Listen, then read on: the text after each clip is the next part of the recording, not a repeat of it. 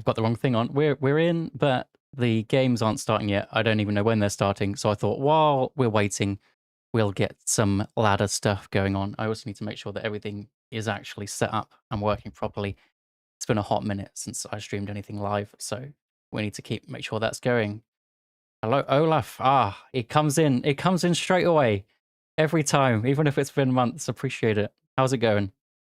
How is it going? We've got a bit of tournament stuff going on today, but I don't know when that's going to start. So I don't know if they're waiting for the main event or something else. So I need to make sure that that is up on the side so that I don't miss it. This one. Been ill. Ah, yeah. So many people have been ill. It's yeah. I hope you feel better soon. It's not nice. Some of the illnesses that are going around at the moment. So this isn't the tournament game. Yeah. Good.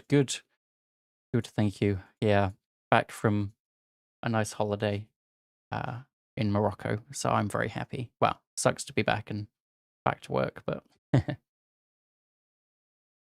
no, I'm looking forward to doing some of these tournament games. I mean, it seemed because it's like you can just play whenever you want. It seems like a lot of people are changing their schedules, which is absolutely fair enough. So yes, good in family. Yes, thank you. Family all happy, all good. So yeah, thank you very much. And then we've got this is just a random game that's happening on the ladder. It's Pegasus. I like watching Pegasus, so we'll have him on in the background while we're figuring out what's going on. This should also be on YouTube as well. I don't know if that's working. Let's have a look. Yes, oh, it doesn't look very good quality.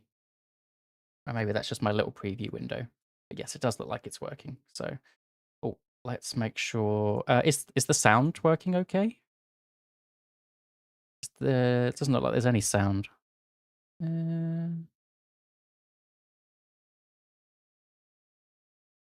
Is there any game sound? Thing is, if I do this, I think there's double game sound. Hang on.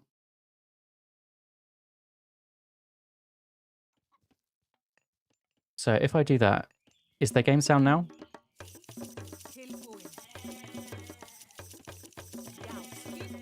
I think there might be now. Yeah. Could it be louder? Does it need to be a bit louder? Where's that? Let's put it up to 55. Oh, it's perfect. Oh, shit. What was it on? 45. Cool. There we go. I just needed to change a setting because otherwise stuff doesn't come through. Like the follower alert box thing. Where's that? That should be good. Happy days. So we're just going to be chilling until their games start. Hopefully they do start. I've seen literally nothing in the Discord whatsoever. But happy just to be a part of it. So we haven't really been talking about this game, but this is Pegasus against Solomon. Don't know who Solomon is, but very good player, obviously, because he's, what was it, 1800 rating or something like that? Well, actually, something I do need to change. Let's pause it. Oh, can I not pause? Okay, I can't pause. But we will change this to continuous drag. Apply, so I can start dragging stuff. Want to go next time duo doing missions. Can you do missions together? Is that a thing?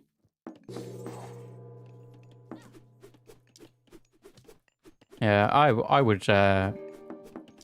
I said it before. If the speed running stuff was different, I'd be doing it. But it's every patch. Yeah, I have thought about doing some multiplayer streams. You know, like team games and free for alls. It's just hard to find the time. But it would, in an ideal world, I would like to.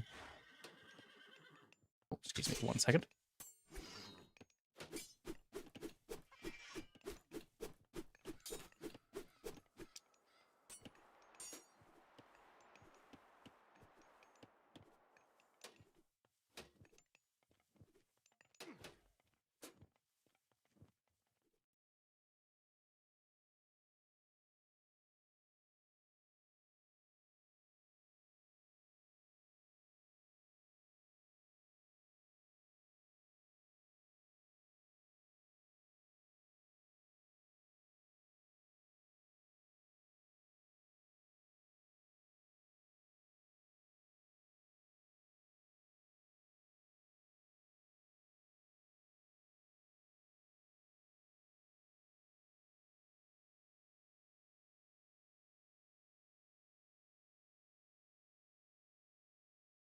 Thank you. Sorry, I muted because I've, yeah, allergies are playing up at the moment.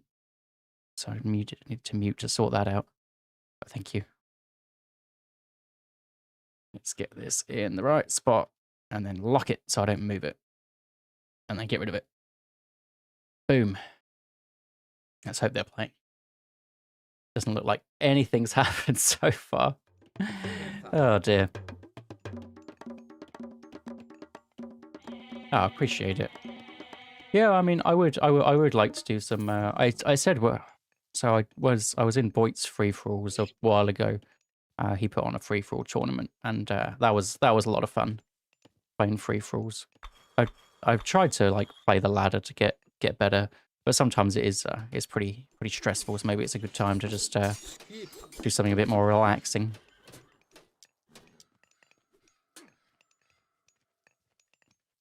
Let's work on the old camera movement.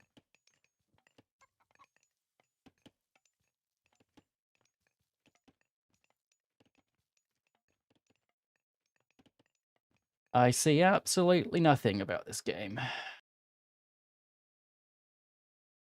Maybe I should... I don't have permission to send messages in this channel. Great. Let's message the admin.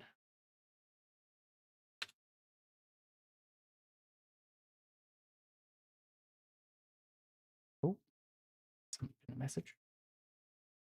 Yes, here we go. Spectate. Cool.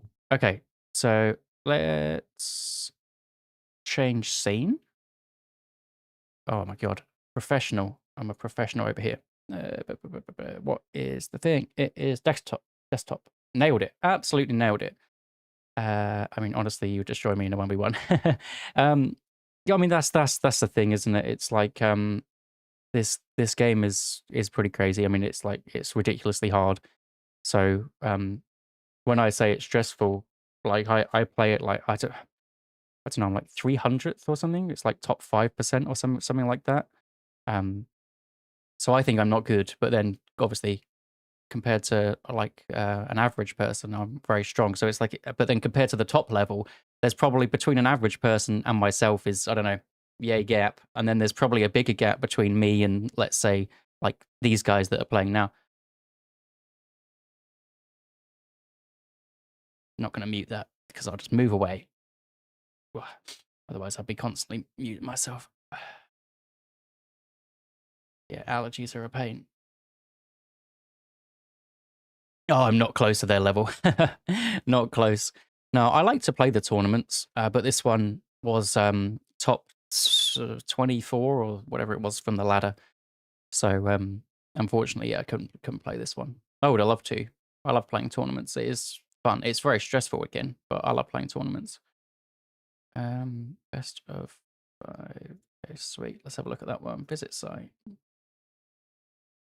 Okay, so we have the maps being drafted. So we've got Ghost Lake, Erebus, Bamboo Grove. Wait, something else? Alfheim? Oh, MiniYeti just rolled. Yeah, I don't know. There's like 2 maps in this tournament. I don't think it really matters what you get. So Midgard is the first one. El Matador didn't want to play water, which is surprising considering, I mean, I don't know how he plays on water, but his APM is like the best in the whole game. So I'm quite surprised that he didn't want to play Mediterranean. But also Mediterranean isn't just APM. I guess that's the kind of case. So these are the maps. That's fine. I don't think there's really any funky maps this time.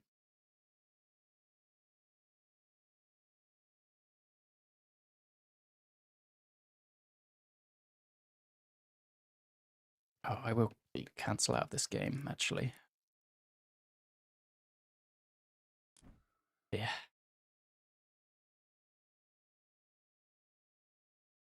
Turn off my camera for this, though. Ooh. That's the wrong camera.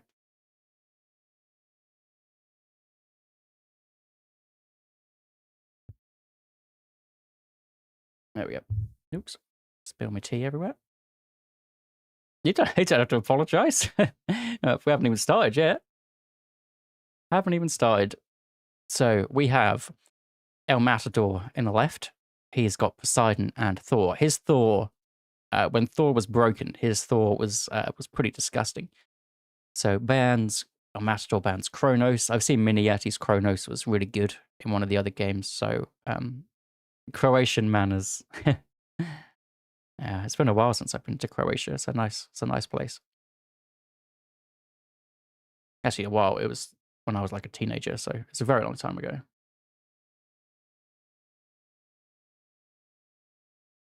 I got Poseidon Thor set. Aggressive. Aggressive. Where'd my thing go? Got my what is it? My Pokemon. Oh, it's not even going to show it now, is it? Got my Pokemon mug. Oh, I got the Age of Mythology shirt. Didn't even show that either. Oh, where are we? There it is. Actually, that's quite funny. Those are both gifts from my brother, which is quite funny. So he for some reason sees the VOD. Thank you. Yeah, it's a pretty sick shirt. I was very happy. That was a Christmas present. But yeah, the Christmas just gone, and then actually this my Pokemon mug was also ooh. What are you doing here? Appreciate it. Appreciate the raid. SM. Thank you very much. Thank you. We're just watching we're just getting the draft for the El Matador MiniYeti game. So they're just about to start. So it's perfect timing. And I was just, now there's 16 more people to show my t-shirt. So I'll just show that quick.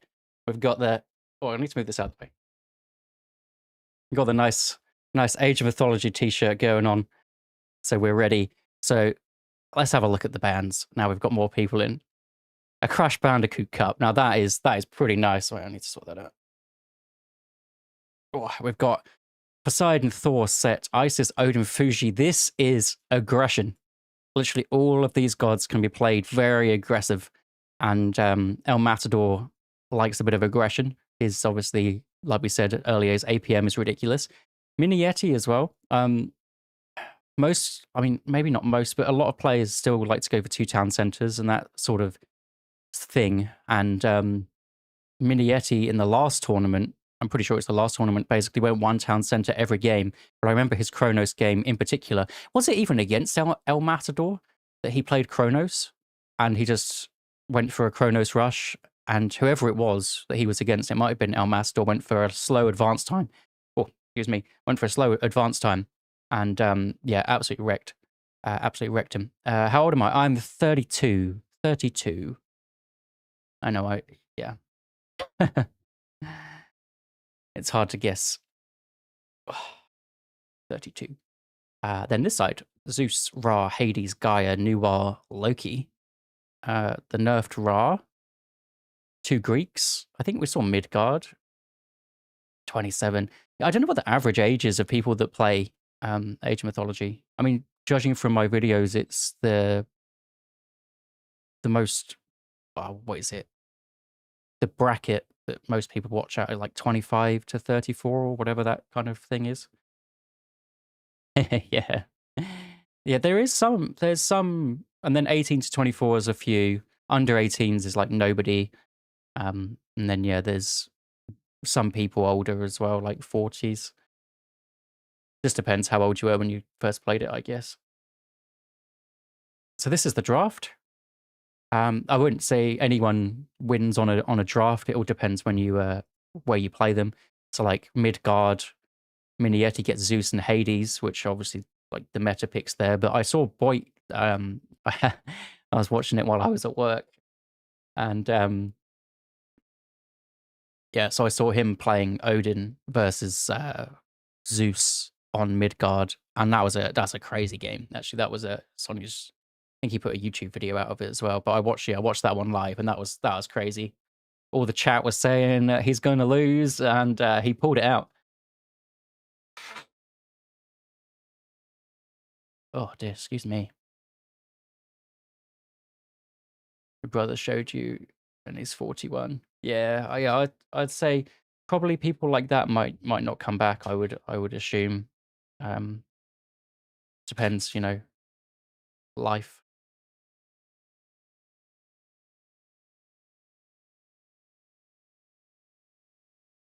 Just get a bit of a hay fever tablet going on, allergy tablet. Yeah, that's it. If you've got kids and stuff, I mean, it's just very difficult. I mean, for me, it's just you know. Wait, let's move over to this one. Just a bit of a hobby. So that's not what we want. What do we want? We want browse games. We want URL. Oh, come on. Sweet. So they haven't started, but it is there. So, oh, musician. What instrument do you play? That's something I've always wanted to be able to do, but I don't practice enough. Well, I say that I played the piano for a few years, but I'd like to do something now. But it's just finding the time to do all these things. Ah, guitar. Yeah, one of my friends plays the guitar. He's particularly skilled.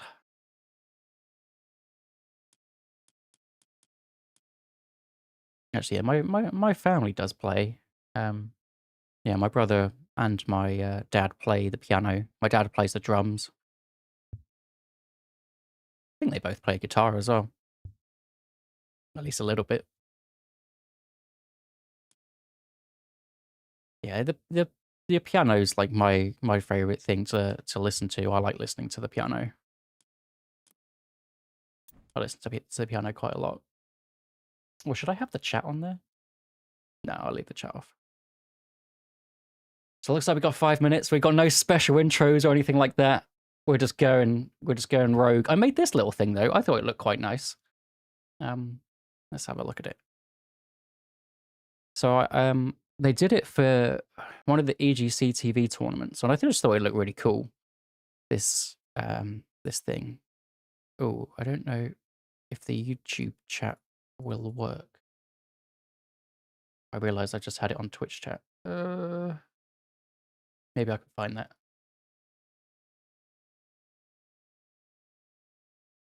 Okay. I now have it. Apologies. So we got 3 minutes, 20 seconds.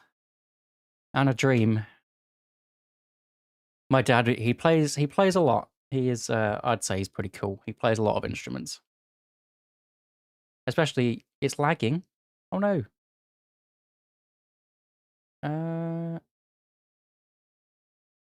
I'm gonna turn off some bits that I don't need. But I don't need Photoshop. That can go. Edge. When did that open? Definitely don't need that. These things I can close.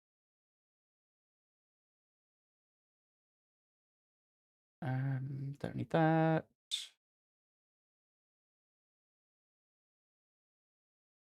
To be fair, that should have fixed it. If it hasn't, I've got no idea. My internet's ridiculously powerful. So if it's... Is that better? It says it's above, yeah, no drop frames, so it should be fine now. If it isn't, I don't know what to do.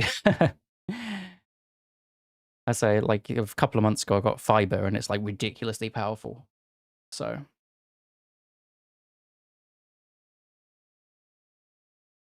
You want the chat? No, I think it looks better with that. 2 minutes. 2 minutes to wait. If you need a coffee or a beer, whatever your thing is, I'm going for tea. A weird drink. Tea with creatine in it. Yeah, I don't know. Don't ask me. It's the only way that I can drink it. Otherwise, it's disgusting.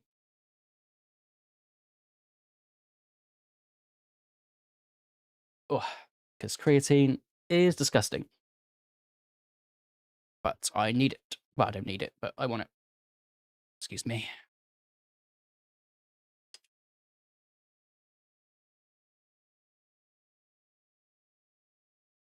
Oh, Automaton. Sorry, I did see your message. I'm not sure. Not sure if if I responded to it, but thank you. You got any more videos in the works? I just like kind of internally replied to it, which you can't do when you stream. Yeah, I'd like to stream a bit more, but hey ho. I've tried to commit to a bit more of a YouTube schedule the last like 3 weeks. So steps, a few steps at a time.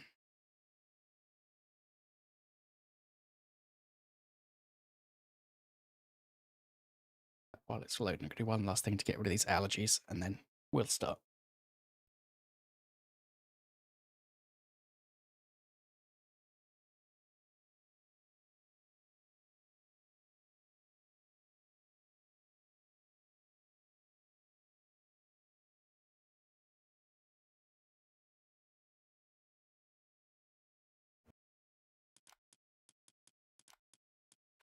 Okay.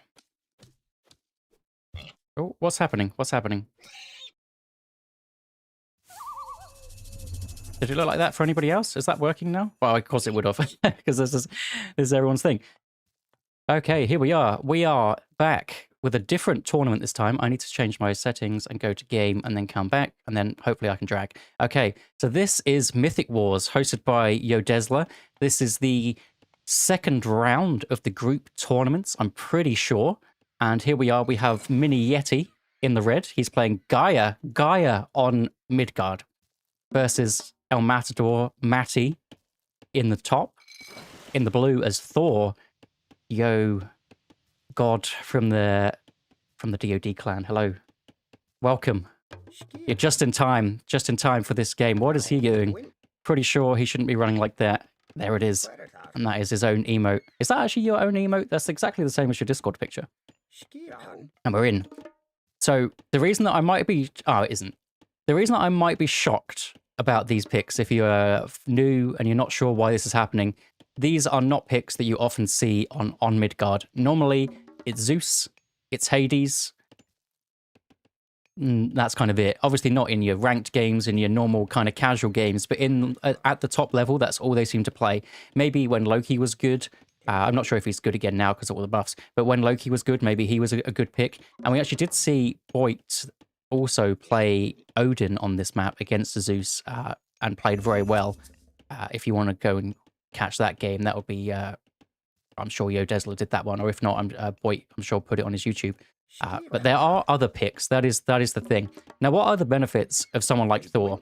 Well, Thor can build dwarves, which means you don't have to collect as much food, which means you'll be able to spend more of this wood on fishing ships, get your docks out faster, get more fishing ships out faster, and basically hardly need any gatherers on food to actually advance to the next stage. So that is a huge benefit of playing Thor. Whereas this side, we have MiniYeti going in for the Gaia, and we already see why Gaia's good, right? I mean, Gaia gets extra economic upgrade, as in she gets cheaper economic upgrades, she gets them at an age earlier. So the eco game with the extra fishing ships is obviously going to be very nice, and we do see a nice Gaia forestry, meaning... And one of the worst things about Atlanteans on water maps is you've got to send 2 villagers rather than everybody else that sends 1. You've got to send 2 villagers over to actually build this because 1 citizen counts as 2. Even as Gaia is almost 3 with this hero citizen, it feels bad. So being able to drop down this Gaia tree is very nice. And I will put on the music. Because I like to have the music on while I... Oh, we got the Norse music. While we're watching some of these games. I have it off when I play so then I can bob along to whatever I've got going on. But we are going to see not super fast advanced times. You don't really need to. It's not Mediterranean or something like that. You normally just want to boom up a storm and do well. So how many docks do we see over here for El Matador? I'd expect to see quite a few, but there is 2. The awkward thing is obviously you only get 1 Ulfsark. Did he build a second one? Am I watching as El Matador? Oh, he doesn't have any idol dudes because they're building. So no, I think he just got out the 1 Berserk, no extra. I mean, it is awkward. You don't really want to build another one if you can help it. But sometimes it's just a bit easier to scout around. Like if we were to go to his perspective, how much has he scouted? He's done pretty well with this 1 Berserk, to be honest. He's built 2 docks. He's built a temple. He's built... the house was probably done by the dwarf earlier. And managed to scout all of this as well. And what did he get? He's got this relic. Heroes increase damage when when damage is lost, which is not bad. And then we see what the benefit of being Atlantean in this situation. You just see the entire map, and that's nice to see. We do see advanced times coming in already. Oceanus is for the Gaia. It's kind of standard. You don't really see Leto very often. I mean, you can see Leto if you want to go for automatons. Then what else does Leto give? Gives extra pierce armor to your units. Doesn't really help against Thor. So yeah, I don't know why you'd really ever go Leto unless you're going mass automatons. They don't cost food. If they cost food, maybe it'd be a good idea, but they don't. So on the other side is Freya. Freya is very strong. Valkyries cost food, and you get an excess of food. And Forest Fire has been buffed to deal decent damage to villagers. Although being Atlantean tanky citizens, probably not going to do too much against them, but it is something worth considering. If you could get some raiding cavalry in here to kind of block the villagers in, use the Forest Fire, it can be a good time for the Thor player. And we do see that survival equipment is going to be the option here to counteract that. So if El Matador wants to go for heavy raiding style with the Great Halls, which is exactly what he's doing. Oops, pressing the wrong button. He's going in with these Great Halls, and survival equipment will make the villagers a lot more tanky against that those raids. So that is nice here. I do see that the Berserk has spotted this Oracle. Can the Oracle get home safely? It looks like it's going to be close. Nice body block from the Valkyrie. Didn't even need it, but you've got to be there just in case. And that might not seem like a lot, but it's kind of like a villager. It's kind of like a villager snipe. They can build it out the temple, but it's something that it just costs 100 resources. You really don't want to do it. Yeah, it's a big deal. We do see there's no big water fights, but Atlanteans do get this free servant. We do see exactly what we said earlier with the Forest Fire, but there was only one Valkyrie, so not going to do too much damage. But we see the servant getting some good value. He was a free dude, and he's getting some nice hits off there. And all of these units, I mean, they're going around the long way. And it looks like Gaia Forests will go down. I mean, it wasn't the best call there to do it, but there is a hero citizen to scare away the Valkyrie. Hero citizens do very good damage against myth units, so not really a problem. But these 4 units have been idle for a very long time, and it's not a huge deal, but it's not ideal, to be honest. Not ideal, and we do need a Drekkie to come out and deal with the servant. So this is resources that El Matador needed to invest into this. The servant was free. This Drekkie cost, I mean, not a lot, was it 150? Yeah, 150 resources, but he is going to decide to put more pressure on. So there are 2 choices, really, when you're playing a fishing map. Unless it's Mediterranean, then you just kind of have to go into the water. But if it's a Midgard or the other one where it's along the sides, Anatolia, then you can choose to build some fishing ships to go full aggression, or you can choose to build some to do a bit of poking and force a reaction from your opponent, or you can just leave it and just defend whenever you need to. And that is what MiniYeti decided to do. Also going through Rhea nice and quick. It looks like he has the relic. It's only 724.50, so he has the relic for cheaper upgrades. And we do see that the Byreme comes out. I mean, it does counter these Drekkies, but I don't think it'll counter too many. Not sitting under the dock. You don't want to sit under the dock. These have 10% pierce armor. 19 already. Okay, it's got copper shields already. But, of course he does. He's Thor. We see a lot of aggression on the land. So just a little bit of poking, a lot of aggression coming on the land, and we do see the rest of those armory upgrades coming in for the Thor player. So decided not to get this early. Almost picks off villagers. Should be able to pick off that one nice and quick. Medium Mamillo in to defend against the Raiders. Expected the Raiders. Mamillo, I think they got the upgrade with the poison damage. Yes, they did. Oh, we can see it down there. Poison damage.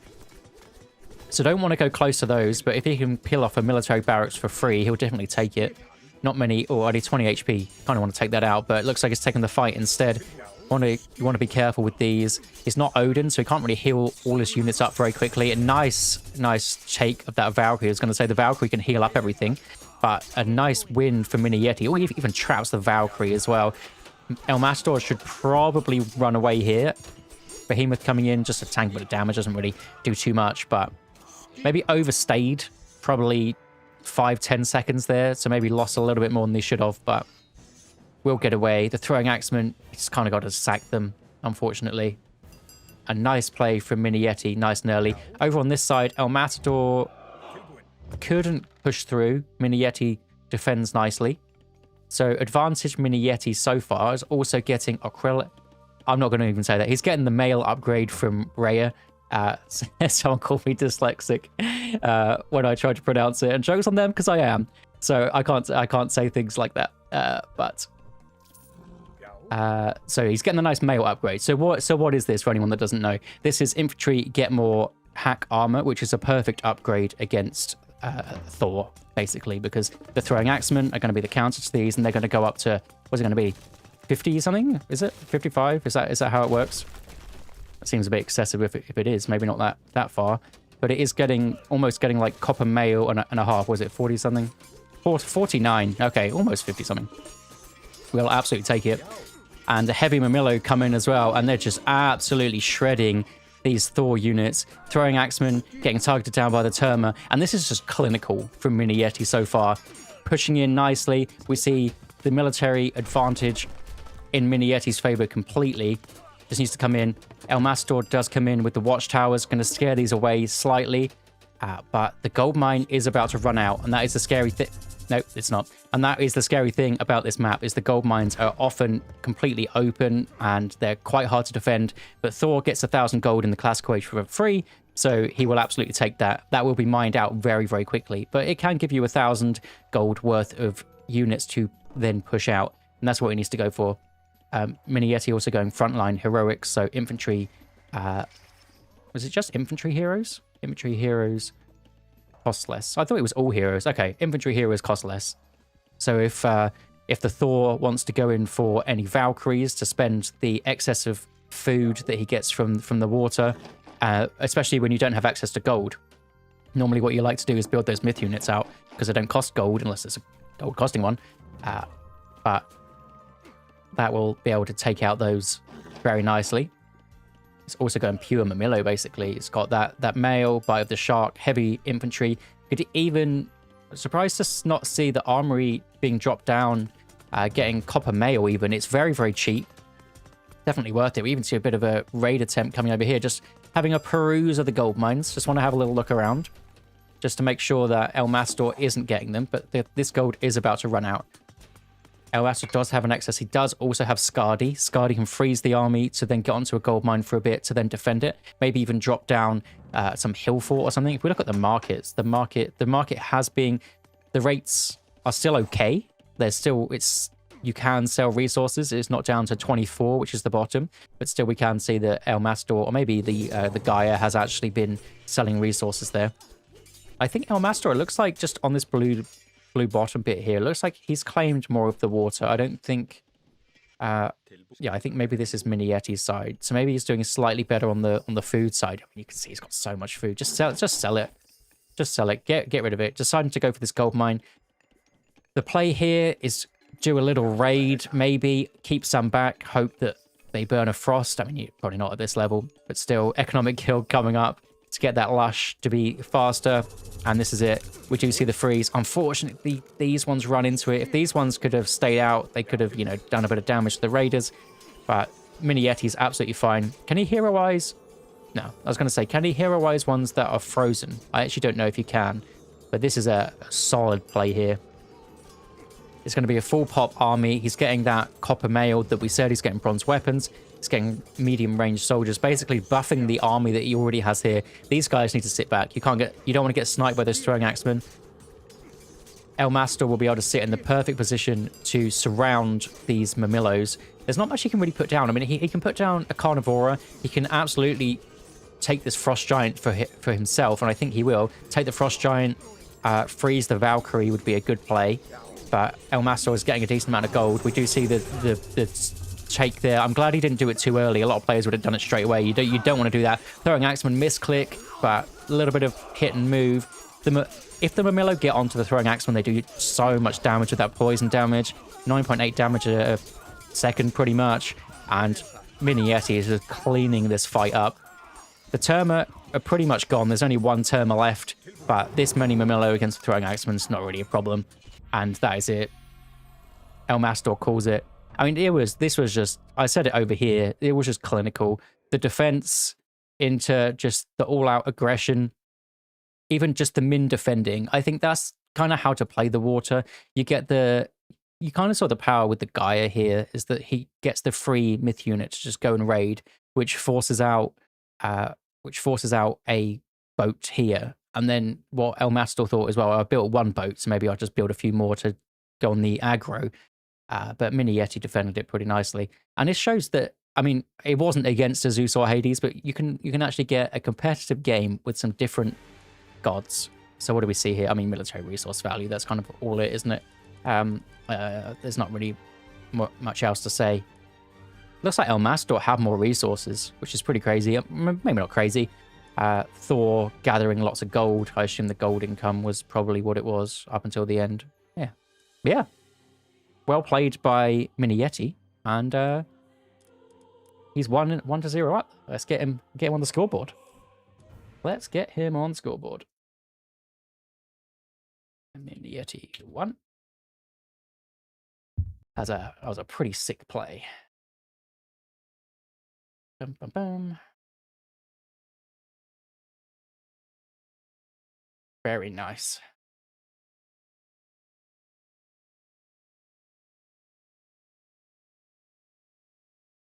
So there'll be a probably. So they need to do another god picker. Oh, already there. It's already there. Nice. Oh, it's 5 minutes ago he posted it, so hopefully it should be close actually. Oh, perfect.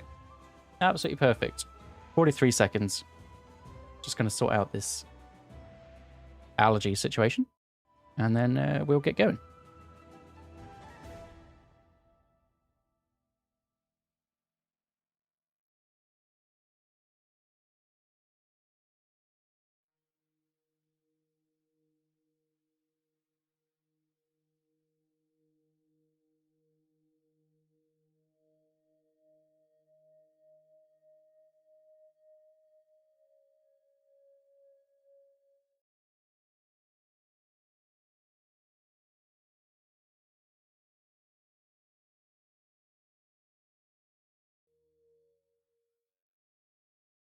Hey, we're back. Let's do that pause thing again. That was a bit weird on the first game. I'm just going to pause it just for a few seconds. I think there was something that went wrong with it last time.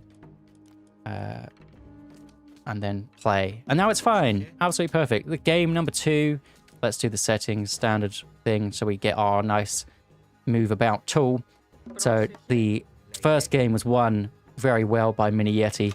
Just a nice Gaia performance on Midgard. Now we're seeing Ghost Lake, the map with all the goats in the middle, and it's El Matador on the Poseidon. It's a strong pick normally for Ghost Lake. Normally Ghost Lake, you want to get some good raiding civilizations. For some reason we're listening to the Norse music, and there's no Norse in this game, but hey ho.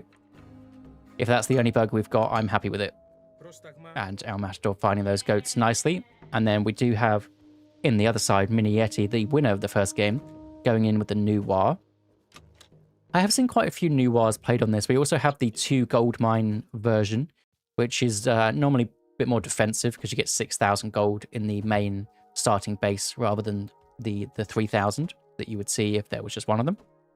And how many gold mines do we see?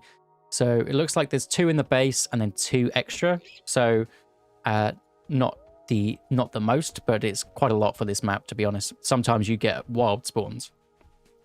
So there are no real town centers that cover gold mines. Maybe this one does. I mean, this is as good as the town centers kind of get on this map. It's kind of strange. You do see town centers grabbed on this map quite often, especially on 2 gold mine spawns, but none of these town centers are very good. Maybe this one's okay. You got some caribou behind it. You've got a gold mine. You can put a wall here. If you come and get raided this side, you can tuck back through here. Maybe this is a pretty good town center. This is the equivalent of it for MiniYeti, for El Matador, sorry. No, it's not. It's this one with the gold behind it. But we'll see what they decide to go for. We're going to have a look at some relics. So we've got the gold trickle, which is always nice. We've got, what is this? Blanket of Empress Zoe, which is the damage vulnerability to crush. If anyone wants to go for some siege units. Then what do we have here? Titan's Treasure. All the minor god upgrades are cheaper. It's just, you get a few hundred resources. It's not bad. If you can pick it up, go for it, but I wouldn't stress too much. And we have El Matador going up here Is he going for... Should we swap the guys around? Maybe we'll swap the guys around. This one's slightly more on the right. So it looks like he could be not going for a 330. Did he go for the newer build? No. So there is a build going around where you go for a later advance time and you get hand axe and pickaxe in the classical age. But the old standard kind of build is going for a 330 or 315 advance time with no special upgrades. But it looks like El Matador's gone somewhere in the middle. He's gone for a 345. So slightly more eco, so a 16 out of 25, slightly more eco than the very fast advance time, but not the really strong eco of the other one. And it looks like he's going with the food and gold to get out that Atalanta nice and quick. Should probably put some pressure on to MiniYeti, who you wouldn't think that would be very good considering that he can put down the stone wall as Noir, but it looks like he's going through Janu, which she gives the fire breathy boys, and they are more aggressive than defensive, I would probably say. But we do see that he is going to be going for a relatively medium advance time as well. I'd call 4 minutes like a medium advance time. Both of them are advancing 345. Machine Workshop, military camp coming up straight away. So no second town center shenanigans coming on for MiniYeti here. And here it is, the chillin'. There it is. We do see that El Matador saved the lure nicely. You get more chickens if you save the lure. You don't need it. You don't need a granary if you have the Aurochs instead of whatever else it is. And we do see Atalanta coming out. It's just the standard play. Looks like Theseus is getting a bit handsy with his Pioneer, but the Pioneer plus Town Center scares him away. We do also have the Centaur putting a bit of damage on. Don't think it's killed anything yet, but that's a bit of aggression going. 5.8 speed for that Centaur against, what, 5.3 for the Chillin'. And then we do see military camp. Has he got the upgrade to get them out faster? Probably wouldn't get it this early on. No, but I do really like it, this N thing down here. The training yard. Basically, whenever you go to build a second one of these, just get one of those instead. I really like it. Does she have the cheaper training yards? I think that's what this one is. We do see a very early watchtowers to kind of scare away this Centaur, scare away the Atalanta. Very low HP peasant here. Kind of want to get that one back to the food, stop working. El Matador's looked at it, and it looks like he will try and snipe it. Oh, it's just out of range. But nice attempted play there. Looks like the special should be going. Oh, you would assume the special's coming up soon. Does try and hit those, but the peasant does get away nicely. The house is going down. It needs to bring some of these fire archers over, really. Trying to get a house, kind of like a semi-building block to stop it. Pioneer trying it. Atalanta is just so strong. Halberdiers are in, though. Already scaring away those Hippias. Nice call from MiniYeti there. And this house is just the perfect size to trap off this little bit here. Don't need a wall. You don't want to go out that way. And also moves on to this bottom wood line here. Atalanta runs away. And successful defense from MiniYeti. El Matador just going for pure aggro. He does have a decent amount of wood in the bank. Not enough gold for a town center, so not going for a town center right this second. We'll see if he decides to do that later. Also getting Winged Messenger for the free Pegasus. Then when it dies, you get a free Pegasus again. It's very nice. It looks like the Quafus wanted to go for a second town center. They're going to get denied. This one, with a bit of body block, it should go down. El Matador, very good at these body blocks. And the Quafu, oh, a very nice vanish. What a vanish. Saves the Quafu's life. Is he going for a town center with this? You've only got 23 seconds. How long does it take for the town center to go up? Chilling getting a good bit of damage. Looks like he is going for the town center. We've got the clay peasants coming in. Nice little trap there with the villagers. Ah, the Hippias do get away and they will heal up nicely. But the clay peasants are going to help him get up this town center. This is what he wants. He's got enough gold in the base. He's defended this nicely. He's got this back food source. It's the perfect town center for MiniYeti here. We do see the Hippias trying to come in. Does manage to snipe an archer Pioneer before he runs away. Now, what does El Matador do here? Looks like he's still building out some centaurs. Does he have upgrades? He doesn't have any upgrades here. But the villagers moving over for this town center. That also defends this back caribou that we didn't see earlier, even though we have God View. We didn't see that. Impressive of me. But the game is going to slow down. ever so slightly. 63 seconds still left of those clay peasants, but it looks like El Matador is sniffing out that there could be some hunting going on right at the back. Cavalry running through. Hero Kwafu is here. He's quite low HP, but easily into the watchtower. Min-max is that one. Does MiniYeti to just get the absolute value from this guy. I mean, look at how quickly he gathers. Pretty disgusting. You see a bit of a wall going up. Atalanta finally going down.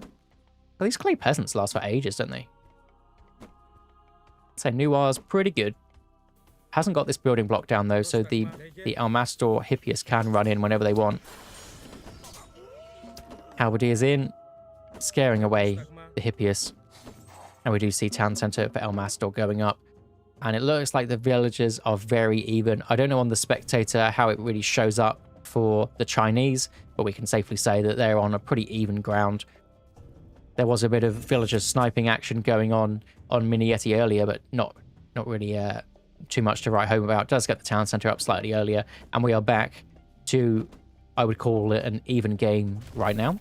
We've got so much gold left in the starting bases for both players, so that the town centers absolutely make sense. Market coming up, potentially thinking about going up to the third age. Maybe going through one of the defensive choices. Does decide to build the market in a different position. Might be even worth getting more chillins out. Oh, thank you, Satfat, for the raid. What are you doing here? Thank you very much. 14 viewers, thank you. Appreciate it. Hope your stream was good. We are checking out El Matador versus MiniYeti.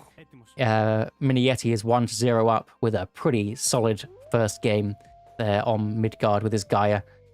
And now we've got a 2-town center situation with a 2 gold mine spawn, so kind of the more defensive variant.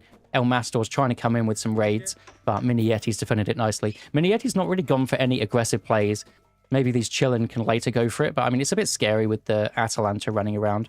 El Matador getting a bit of map pressure, decides to get his gold mine nice and early while he's trapping MiniYeti in his base. And this is what I mean with the chillin. You just got, well, there's no Atalanta, you've got to do something with it. Now, MiniYeti has got to think about gold mine at some point, and I would assume maybe he would push out this way. This way's a bit far away from his second town center. Nice defensive setup here. And I would assume that both are looking towards the heroic age now. We do see Dionysus coming through from El Matador. They're kind of standard pick, especially if you want to go for some kind of aggression.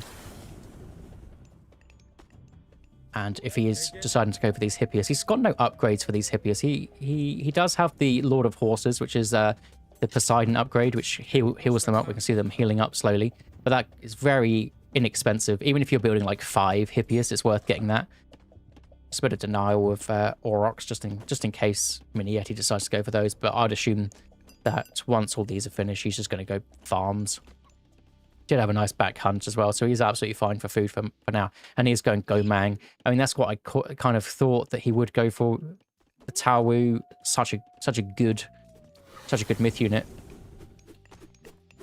especially against these balls of melee units. You can just barge them out of the way, off of your backline. Halberdier coming in to defend them, or aggress onto them, I would say. We do see this upgrade, Reincarnation, which is basically the more of the same unit you have, when it dies, you get some free ones back. So if it's a late game kind of situation, it's just more value the longer the game goes on. And it looks like MiniYeti is deciding this game's going to go on for a while. And we do see the farms coming up. I wonder what kind of eco upgrades they have. I assume all just the standard ones for the classical age. Probably El Matador's, yeah, working on the next age ones. Thracian Horse is coming in. Not too many on the favor. Might be worth getting more favor to maybe use one of these god powers again. Here it is, the Tao Wu. Love that boy. And we do get Vibrant Land. I think this Gomang character is just absurd. He has so much going for him. This forest protection also. If do you see a little bit of a raid, but I mean, the walls here. El Matador's closed off his side of the map nicely. He's not been too aggressive with his walls. He maybe could have been more aggressive, but then with the state of Ghost Lake, it's pretty hard to do. I think these are as aggressive as the walls can really get for him without just spending an absolute fortune. And Ballet coming up. And if there is any aggression, Forest Protection is coming. So El Matador is probably not going to go for anything too extravagant. Not even deciding to get any armory upgrades or anything. Maybe probably even thinking about Mythic Age at this point. Just put on a little bit of pressure to maybe force something out. But I mean, what else would you really do? Military camp. Looks like that one's going down. Army out of position for MiniYeti slightly, especially with the tower. You just need to put him separately. He's such a slow guy until he uses his special. Military camp trying to come in. Even just using forest protection on something like one of these houses that's just back here, where it would cost a lot to actually send the units back there. Tower special trying to come in. Nice split from those centaur. Pretty sure he should have been hit by that. But nice bit of micro nonetheless. Third town center for El Matador coming up. And we do see Gong Gong and his Great Flood is coming in, whereas El Matador's going pure units right now. Pegasus having a look about, but there's no Underworld. It's Poseidon. Was not going too much with the Centaur. Taowu, unfortunately, didn't have the best micro there. Could have been slapping those guys around a little bit more. Let's move on to his perspective. He does have it on autocast. I don't like it on autocast. Maybe it's just like the inner MOBA player in me, but like this on autocast. Abilities like the Taowu, like well, I'm trying to think of other ones, but anyway, or like the Nemean Lion, things like that, where you want to use it on a specific kind of unit or group of units. You need to put that on manual cast. Things like this Flame Breath, just autocast every day of the week. There's no need to put it on manual cast, unless you're going for some kind of specific high value play with only a couple of them. But okay, we do have it onto the main town center. Taowu scaring these Hippias away, and the Hippias are going to get caught on their way out. They could lose their lives, or quite a lot of lives. We also do have crenellations in for the watchtowers, so the watchtowers are doing somewhat decent damage against them. Even if the Hippias, it's a bit scary. Hippias running this way. If he remembers the houses here, he might be able to get out this way. It might be the best way to go. Military camp going down. You want to stay away from that forest protection. It's absolutely huge circle. Dao Swordsman won't be able to chase. Unfortunately, these units don't body block these Hippias enough, and the Hippias do escape. Probably a bit of a misplay from MiniYeti to let that happen. But he does catch some of them on the back end. And then we have the attack from this side, switching into pure Toxotes basically to counter those halberdiers. The halberdiers don't have a chance against them. Also countering the forest protection. The forest protection is mainly good against melee units or when you're retreating. If the archers are on the back line, they're absolutely fine. Oh, Hydra getting owned. Poor guy. You see everything in the queue, deciding Gong Gong is not the way to go because there's some aggression coming. Might be worth getting something like Masons just in case there's a full dive on this town center. Just make sure forest protection is slightly better. The military units for El Matador is crazy. He also has a slight villager lead. Probably not the biggest deal at this point. Unfortunately, these units are stepping a little bit out. This is what happens to me. I look away for 2 seconds and my units run into the army, and that's all it takes against how many Toxotes do we have here? 26. Myth units are staying alive, doing pretty well. It looks like El Matador, unless they've just gone down, I haven't been paying attention. Looks like he's got no heroes in his army. Here's Theseus coming along. Maybe we can see what heroes he does have. He does only have Theseus. Need to get Atalanta out of there. At least she is insanely strong. Hippolyta also, I mean, sitting that archer ball, especially against these Taowus. Theseus will, if he gets onto them, I mean, he takes them down pretty quickly, but he is a squishy boy.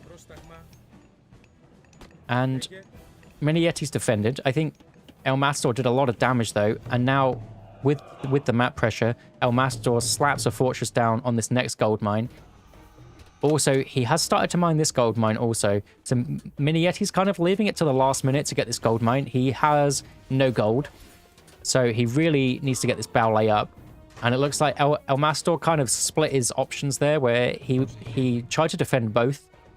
It's probably the right call, but rather than guessing which one your opponent's going to go to. But it does mean that El Matador does have the time to secure this one pretty nicely with some walls, maybe some more military barracks and some fortresses to defend that one pretty nicely. Or military buildings. We do see the military buildings going up on this to force some kind of bronze push here. there is 100 favor in the bank to use Forest Protection on one of these buildings. So MiniYeti's played this one really nicely here. If you're doing something like this, a very defensive play with the Forest Protection lad, you've got to make sure that you have enough favor to do it again. It's such a strong god power. Now Matador is splitting slightly up, just going in with some raids on these peasants. But the Forest Protection, again, just kind of puts a stop to this. Handful of units, not overreacting, just enough units to scare the Hippias away, leaving the majority of his army this side. And Gong Gong looks like he will be coming through now. Do have Hephaestus also coming through for El Matador, obviously taking this game late. Not deciding to go through Artemis. I mean, Artemis could be a choice to counter the Forest Protection that we've been going on about. You can just use it. The center of an earthquake does so much damage, you can just use it on whichever building you want to delete, and it just will get rid of that. So absolutely worth it. We're seeing Hooves of the Wind also coming through, trying to change into cavalry of his own, whereas El Matador just going for kind of all the standard Greek units, just going for a bit of everything, pre-queuing all his techs, and just slowly sieging this down, probably Petropolis on the way. Absolutely will. And just a bit of a slow siege. 4,000 gold left in the gold mine. The Tawu does clear up these military barracks nicely. But we will have the Colossus coming in for a bit of a push. And Polyphemus, probably better than a Colossus coming in for a bit of a push also. And El Matador, with his map pressure still, securing that 4th town center. So he's going to have a lot of population advantage over MiniYeti. Basically, MiniYeti's play now is get an insane Great Flood, bringing all of these units back into his base. Basically, all of the Hippias just need to sit onto here. All the Wuzu Javeliniers hitting the Toxotes. I think he probably needs to make sure he gets ballistics for that, and he absolutely does. And that's what I'm expecting here with this Gong Gong. That's kind of how players use it now. It's more against the units. Thunderbolt being dropped down straight away. MiniYeti does pressure. The only thing is he's got no siege, so even if he wins a fight against all of these units, El Matador has so many resources, he can just go back up to full population really, really quickly. Metropolis will go down. Double fortress though. The Tawu was over this side. He does actually take it down also. But El Matador wants to come in. He still has the bronze also. He can bronze whenever he wants. Absolutely bronzes right this second. The Great Flood comes in to try and counter the bronze and pushes all the units away. But I don't think it'll go as far as he thinks. The military buildings are hitting it there, and that was great position from El Matador. He knew what he was doing there to make sure that he didn't get caught straight into the base. Also, he would have to push it away from his army, whereas what you want to do with the Great Flood is you want to push it into your army rather than that, and El Matador just clears everything up. This gold mine has 2,000 gold left in it, and it's going to be a scary time after that. With how El Matador has restricted the map also, there's just no trade options. You can trade from here back to here, so when that gold mine's gone, it's going to be very, very scary to try and get in. Maybe some Qinglongs can come in. They do cost wood, so he could get in a few of these if he really wants to. But, I mean, it's going to be pretty difficult to kind of come back from this position. To have some 30% extra hero bonus. Some of these techs are ridiculous. You see horses versus horses. Petropolis coming in, getting rid of that town center with that damn forest protection on it. Colossus as well. And I think this is going to be a slow push to the end. 260 pop on this side to 210 when they're at max populations. And El Matador, I'm sure he just has a ridiculous amount of buildings. 8 stables, 5 military academies, only 3 archery ranges. I think they were over here and they went down. But more than enough military buildings just to literally just constantly spam. Looks like it's waiting for champion infantry. Doesn't want to overdo it while he's not at full population, which is absolutely fair enough. Sometimes also when you're against champion and you don't have champion yourself, you kind of you don't want to push even if you have population advantage, because the champion upgrades against heavy are very strong, or even heavy against medium, anything like that. Needs to make sure he gets his heroes out also. So we do have 2. I'm surprised to not see Polyphemus. He's a ridiculous hero. Like he's so strong. almost doesn't want to step out onto those. And we do see the Chinese hero. MiniYeti's making a good push of it. Does run away with those. What's he got? 1,000 left. Basically just on a timer to get out here. Qinglongs are in. I mean, Champion Tiger Cavalry, though. Does he have all the upgrades? No, he only has copper. And he has, up against the Hephaestus player that obviously has iron everything. Good use of the ceasefire there, because he is not at full population. Fortified town centers. Is that the max population with all the houses? For some reason I can't select all houses, but I'm pretty sure it is. And we do see the trade also starting for El Matador, which is, as we said, something that MiniYeti absolutely can't do. So he needs this gold mine desperately. Ah, the Qinglong's so strong. Theseus he just needs to target down the Theseus, because Theseus will take these out in probably 5 or 6 shots. We are seeing the power of that Chinese army. Prodromus is definitely the call. Ballet, Forest Protection coming up. MiniYeti's throwing everything but the kitchen sink at El Matador's gold mine to try and take it away. Also mining it while this fight's going on. Something he absolutely has to do. Probably the trade is probably awful right now. Unfortunately, it jumped straight to it. But yeah, it's absolutely abysmal rates. So you've got to go for a gold mine. And manages to get it also. I called it too early. MiniYeti pulling this game out. Somehow defending against El Matador's four town center Poseidon Hephaestus with full armory upgrades, with his champion Tiger Cavalry with all the upgrades, but the armory ones. What do you build against these guys? Do you build hoplites? What's the answer to Tiger Cavalry? Because he's got Prodromus out, but then when the Tiger Cavalry dies, the little man comes out. We'll see the little man come out. And then the little man is good against the Prodromus. So it's like, what do you build? I think the lack of heroes is really the answer here. The Qinglong's getting way too much value. What do you save up for here also if you're El Matador? He's got 120 favor in the bank. Do you save up for another bronze? Probably a bronze is what you're going to need to push through. Or maybe you just need to get some myth units out. What myth units does he have access to? So what, he's got centaurs, probably not going to be the best at this stage of the game. He's got hydras, they're a bit slow.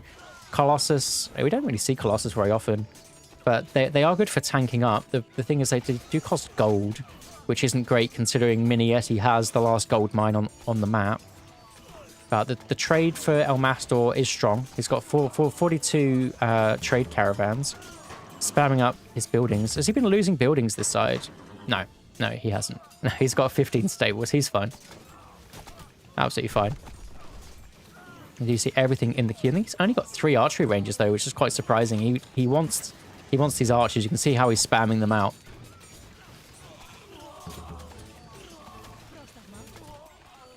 Only Hippolyta out. Does he have fortresses? He has 1 fortress. This boy. This is who you need. Any of the Greek heroes can shoot upwards, so you just need the tanky one, and that is him. Atalanta's the fast one. She's also useful. Theseus just, yeah. I mean, you might as well at this point, but the Qinglongs are still coming out. The favor gather rate for Noir must be extortionate, considering he's got, what, two forest protections. I think he's had about 5 of these dragons. Does manage to snipe it, though. This is what I mean. When Hippolyta gets on it, she does take it down pretty... Actually, it's quite tanky. Is she missing? No. It takes her down like 10 hits. And the Tiger Cavalry take her down much quicker than that. Oof. Asa feels bad. Nice bit of spread formation, though, against the Qinglong special. And we are in a bit of a late game situation. MiniYeti is not out of the woods yet. He's somehow pushed out against the 4 town centers, and onto this gold mine, but that is the last gold mine. Does he have trade at all? I think he's starting trade. Let's go on to his situation. So the trade, he's literally just building them. These aren't doing anything yet. He's going to get the market up into hopefully this position is what he's hoping for, but really nice guard towers coming up. for El Matador to claim this position, knowing that that's where MiniYeti's going to want to form a trade. Obviously, this way is even better if he can get this town center, which is his, and then come into this kind of corner. Then it's a bit better. Whereas El Matador's trade is set up nicely, and I think even though it was a great push, MiniYeti's really going to struggle now. He's only got 24 on the gold, and how many are on this gold mine here? So he's got 20 here. What? So he's got 4 ox caravans. The issue is he couldn't have built them out any earlier, because if he would have built them out, the reason he was winning these fights is obviously OP Chinese units, but he didn't have 50 population worth of trade. Well, not 50, but 26. So he wasn't as far behind as this 50 population says. Gold mine's finished. MiniYeti still has 188 favor. He can get more Qinglongs out if that's what he wants to. El Matador going secret of the Titans. He wants to finish this game. He has had enough, and he wants to move on to the next one. And that is when MiniYeti finally decides that that is it. To be honest, that was well played by MiniYeti. Obviously, El Matador strangled very, very well with his 4-town center getting all the map pressure. But for MiniYeti to push back to get this gold mine was pretty impressive, to be honest. It was just the follow-up was always kind of going to be a struggle. What a game. I don't see Ghost Lake games go like that very often. They fixed this. It doesn't say Moose in the Blue anymore. That's a shame. And, yeah. What else? What else can we have a look at? Civilian units? Very nice. So that was El Matador's win, wasn't it? So we've got El Matador 1-1. Do I have a between game screen? Oh, he does. Look at this. Didn't use it last time. Professional. Let's see if they're going again. What's the time? 7:30. So 7:11 was when they put it in the chat. That's going nicely. That's cold. It's very cold, but I need my creatine tea.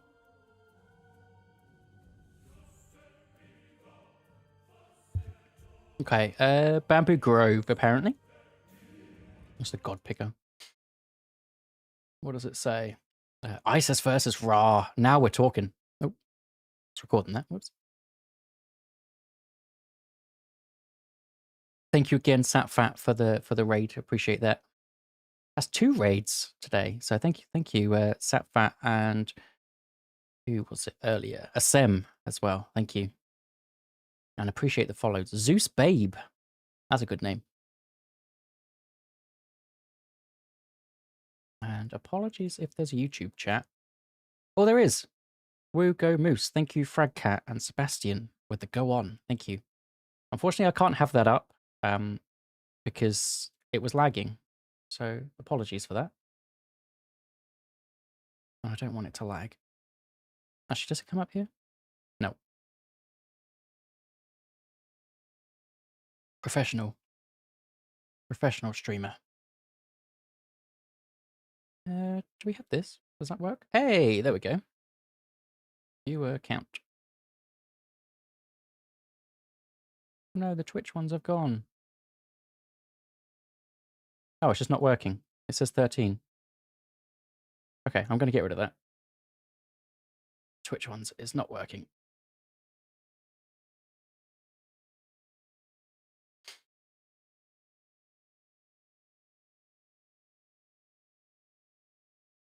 Why that doesn't work. There we go. Just needed to refresh it. Oh.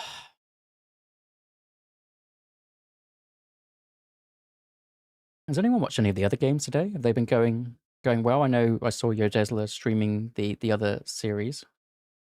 I was basically going to come on today to do whichever set he didn't do. So there was this one, and there was Soup versus Shelty that they've rearranged. I was originally going to do that one. I think it's going to have the chat.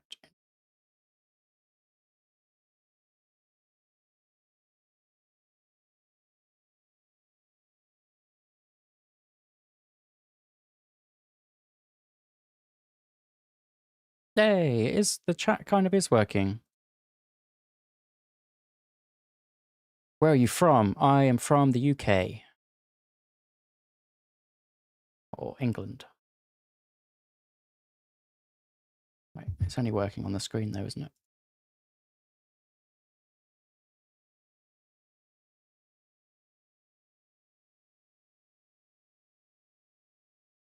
I don't know what that means. Nubinator 22. Oh, very swank. Very swank. Sorry, I don't know what a V swank is. Very swank. Appreciate it. Yeah, I made this ages ago. I should probably do another one so it can like swap between them.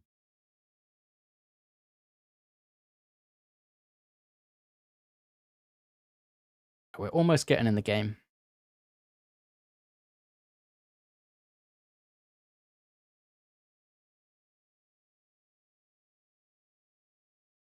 Yeah. Not nice. I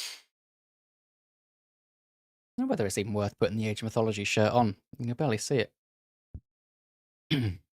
Or I need to be like one of those cam girls and have like the, you know, the huge camera. Boom. Isis versus Ra. Oh, we're going to have to do our silly thing, aren't we? I don't know what happens with the spectator in this game. It just doesn't make sense. And we get the Chinese music.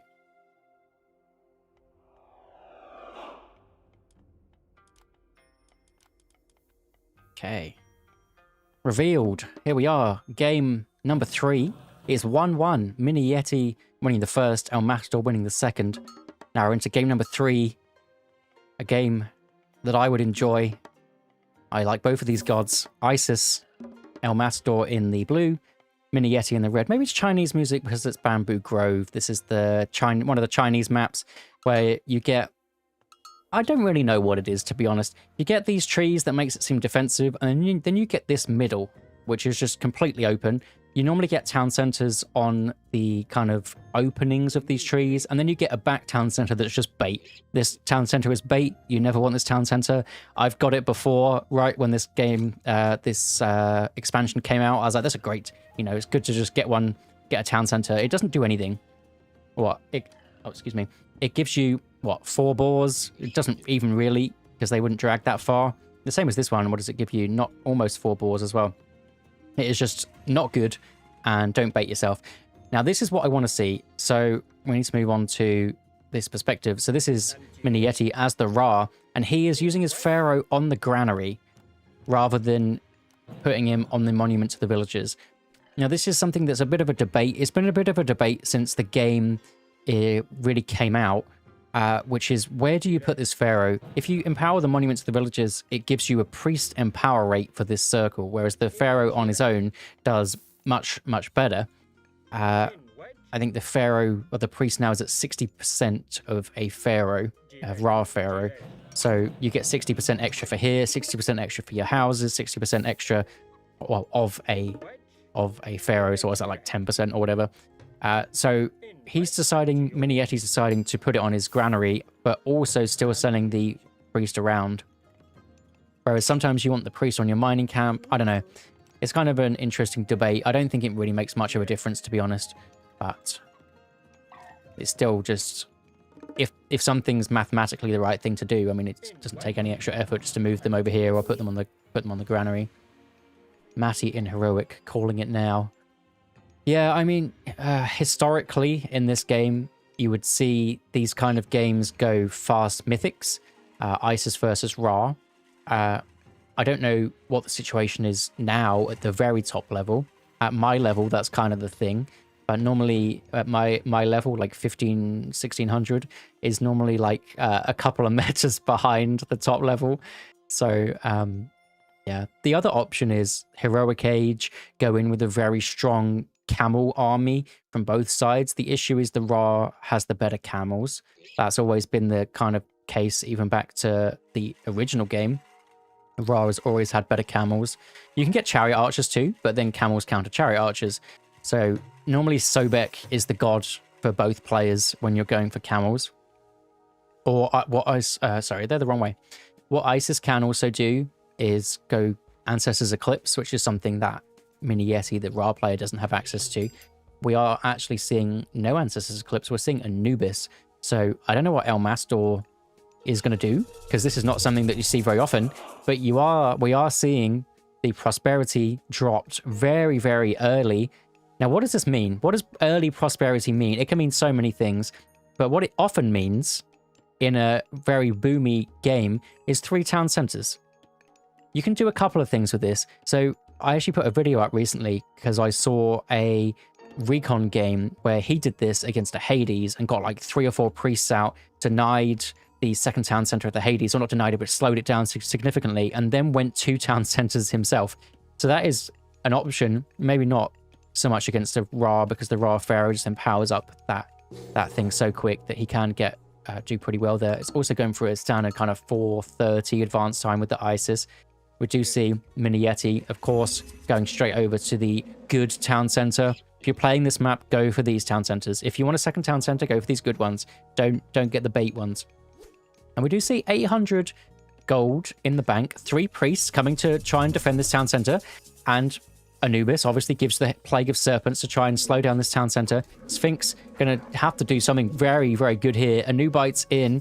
What's El Mastor going to do? He could, I mean, even dropping Eclipse, I think, is definitely worth it to try and get the Sphinx to do more damage. We do see 3 blue priests out, so the only 1 MiniYeti priest. The priest is coming in. Anubite goes down. Sphinx goes down. Plague of Serpents still doing so much damage, and it looks like MiniYeti's town center is going to get stopped. Now, this is if anyone is 1500, 1600, this is a Dudu the Spartan play. He is the gatekeeper for your 1500s, and he does this on the daily. This is him. Shout out Dudu the Spartan. I think that's his name. It's Dudu something. Again, dyslexic. Sorry if I've said it wrong. It's Dudu. He does this. And El Matador showing that he's got 1500, 1600 ELO plays in his locker. And you absolutely love to see it. You see, this is why players like him, it's... Oh, who's the other one? It's Dudu and somebody else. There's another guy around that level that only plays Set and Isis and does the same thing. And on the back of this is something that the other guys don't do. They just go pure aggression. They send their Pharaoh forward. They go all out. Something they don't do is get a second town center off of the back of it. So this is the equivalent of the Mister in the last tournament going Zeus, going for Heracles, going for Jason, denying second town centers, and then getting his own. This is kind of like the Isis equivalent of that, basically. And it's something that only Isis can do. The Ra, because he advanced so fast, and he doesn't have prosperity, he couldn't get that many priests out. So, well played by El Mastor there. Yes, Zodiac. Thank you. Thank you, Balnick. It's Zodiac. Appreciate it. It just slipped my mind for a minute. If you're around that level, I've played both of those guys so many times. And it's like a rite of passage if you're getting up to that level, because those guys play they have 2,000 games played or something. It's ridiculous. I don't know what they do job-wise. Probably uni students that don't go to classes. Oh, Balnick, you've played against them as well.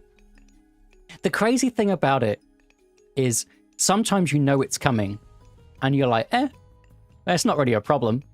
And they're better. The snakes are better than you think. They don't do much damage to villagers, but they're so tanky against the villagers. And they are, Shout out to Dudu and Zodiac. What guys? So we should probably talk about the game. MiniYeti, the Ra, second town center denied. What is he going to do?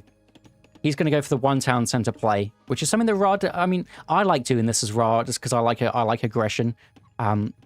But he obviously has been cut back significantly by losing the town center. It was only 20% done. So you lose, 20% of 550. What's that, 100 resources, whatever that is. So not much. But also there's the walking time of those villagers. Did he lose a villager? Maybe. I think probably lost a couple. I wasn't really paying attention to that. I was seeing if the town center was going down. So lots of villager idle time.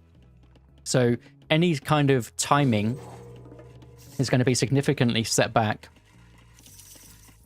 So he got a decent advance time if he was on the 2 town centers, 8:30. But off of 1 town center, if you want to go for some kind of fast heroic, we're talking 7 minutes. I think 6:30 is like the kind of quickest that you can do without just being like really set back kind of thing. Even one monument. So this isn't going to be as strong as he would have liked at all. Also taking down the serpents. I mean, I guess it is free. You can just heal this back up with the scarabs. Do you see the citadel? It gives back a little closer to the 2 town centers than he would have been. But he needs to be over this side, gathering the hunt. He can't sit in his base. Absolutely not the play. If he gets caught out, move on to the next one. That's kind of what you've got to play like. What do you see, El Matador? He's very good at this. I would have preferred the wall here. Oh, he's doing it out line of sight of the obelisk, you see? The professionals, they know what's up. But there's some, yeah, so he goes for the aggressive wall this side where the obelisks aren't. What a guy. It's those tiny little things which make these top players. And this is what I mean. The ISIS that went for so many early priests and a 2nd town center is only a minute behind on the advance time. Deciding to go through and getting the nice delete of the house. Going for Sobek. Sobek to get those better camels. Also going for Spearmen. I wouldn't go in for Spearmen unless it's just raids. Is it just raids? Spearmen raids. Citadel does too much damage to the raids. Kind of just, it's almost something you don't need to do. If you were even footing, then absolutely these raids, it's worth going for. But all of these chariots are going to snipe them down. They do have ballistics. He has managed to avoid ballistics, so these spearmen should go down to this volley if he micros it right. Unfortunately, did attack move onto that, but only 2 of them survived. AOL Iron Maiden. Sup? How is it going? How's it going? You not fancy casting this? Is it like was it like midday over there? 1-1. Yeah, the second game as well. The second game was pretty crazy. First one, MiniYeti won, clinical. Second one, El Matador just played slowly better, basically. And now this one, El Matador came in with a sick starting play, which is like a 1600 elo play. Absolute belter. And it manages to help him out. Yeah, just afternoon for me. Nice adventure with the dogs. Yeah, my dog had his haircut today, and we got to the woman's front door, and he ran away because he knows it's bath time, and he absolutely hates having a bath. You see the spearman? I don't know. I think the spearman is El Matador just kind of baiting with the spearmen just because they're considered OP. They're good, but I wouldn't build them in an Egyptian kind of matchup against chariots. It just doesn't really make sense. Just go camels. Just camels can win this, right? They get so self-conscious after they go. Yeah, why not just go camels? Exactly. Just go for camels. There's absolutely no need. I think that's kind of throwing away a bit of the advantage, and that will help out MiniYeti very nicely. Scarab does try something, but yeah, with the only 1 monument, you can't really do much more than that. And now we see the camels. El Matador knows. I was realized that camels are just going to be better. I mean, this is it. This is why camels are better. They can just run straight away. And the villager advantage is getting pretty significant. Nice wall up on this side. And we see the Petzebek here. Oh, so that's the upgrade already. It's already going into a pretty late game kind of comp, like a kind of pushing comp. And we see the camels, nice little ghost buildings there. And MiniYeti loses his camels. It's going to be a tough one to come back for this. I think he kind of had to go for the chariot. The chariots. He's got bone bow. Got bow of Artemis. Didn't even see that one. Dwarven horseshoes as well. So these are as good as chariots get. So I can see why he's building them. You kind of need to restrict yourself to the 1 unit with maybe a bit of siege if you were stuck on the 1 town center while losing the 2nd town center like that. Yeah, it's just like these chariots are OP. This is it. But do you like chariots in this matchup? I don't like chariots in this matchup. Camels. Camels are it. And Osiris. Osiris is coming in. The chariots. I can see why he's done it though. You've got to make something happen. If you're camels against camels, one town center versus two, it's just very difficult to come back.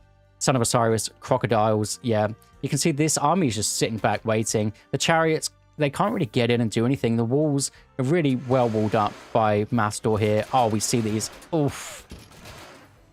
Wow, the chariots do so much damage though. That's all bit of miss micro there. Unfortunately, does lose one of the crocodiles. But without any siege, it's going to be very difficult to actually push in. Does he have? Yeah, literally just the one Migdal, priest empowerment, and a dream. You've got to respect the grind though. MiniYeti's Noir almost came back in that last game, and he extended it 10 minutes past where he should have died. So I wouldn't count him out. He was so close to actually doing so well in that matchup. Yeah, I would expect the siege push also. I mean, that's kind of it. I mean, maybe I don't know. You've got to make something happen. I would have expected a couple of scarabs, to be honest, but still only sticking to the one monument. Here is the siege. Here they come.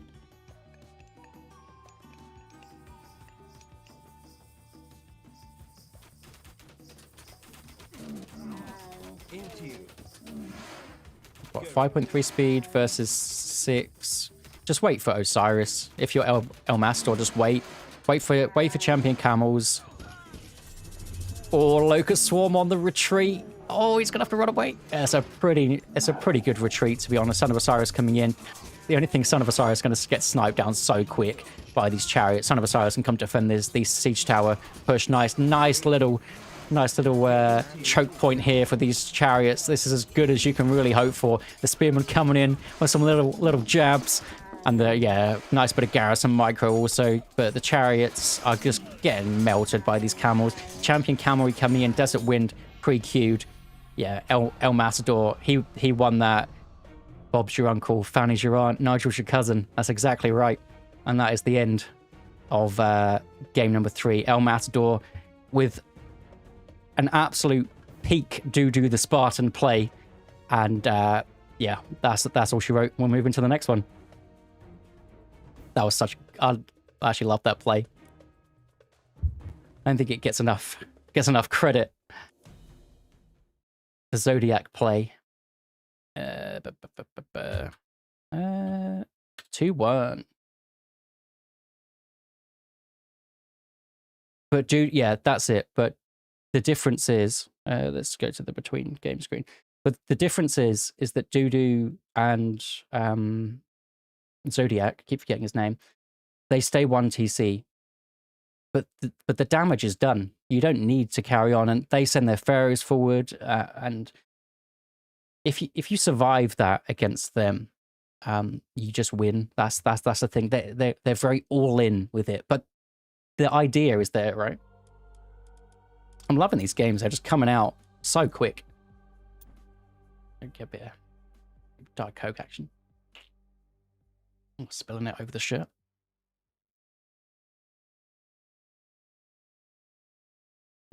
Again, apologies if there's YouTube chat. I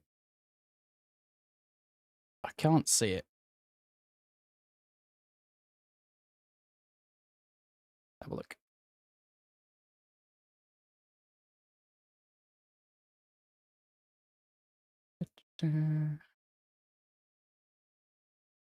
Maybe I should have some music on this screen. That's next.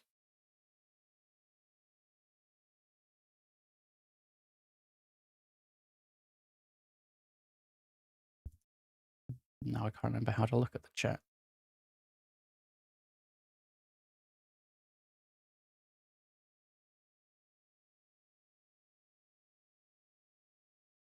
Hey, there we go. Who's your pick in this game? Silent Ninja, probably. Sorry, that was probably ages ago. I like Isis. Isis is my favorite. How long have we got? 24 seconds. Isis is my favorite. What's your elo? Oh, there we go. Similar question. What's your elo in ranked, and what is your main? I float around 15 to 1600, like 1500 and something. And my main is Isis. Isis is my favorite. By far. I like Isis. I like playing everything, though. Like, I play all the gods at some point. I like random. I do panic a bit on random, though. And I end up doing something that I wouldn't do if I would have... Isis had a great tournament. Yeah, Isis is very good at the moment. I think Egyptians had a lot of nerfs, but after also a lot of buffs, so it's I think they're just always a good pick. Any Frey love? Yeah, you see, I need to learn Frey, to be honest. I really do. I need to learn that guy. I only tried to play it on stream, and when I play it on stream, I'm so bad. That's why I only play offline and don't stream. Okay, game number 4. MiniYeti in with the Zeus, Alfheim, El Matador, up 2-1. Odin so strong at the moment. And I think this is there's a decent amount of hunt on it. Odin's going to like this map. It's pretty closed off. It's kind of... I'm not sure what the drafts are of what's left. I think El Matador only picked aggressive gods, so he kind of has to pick an aggressive god in this situation. And I believe MiniYeti had Ra before. Obviously, he played his Ra. He played his Noir. So maybe just not saving something for Alfheim that you'd expect. Gollum Bursty into Infernos to die for. Frey is a lot of fun. I think, yeah. I think he's one of the best things about Retold, to be honest. All the Chinese ones are fun, but I think Frey they absolutely nailed. So fun, so good.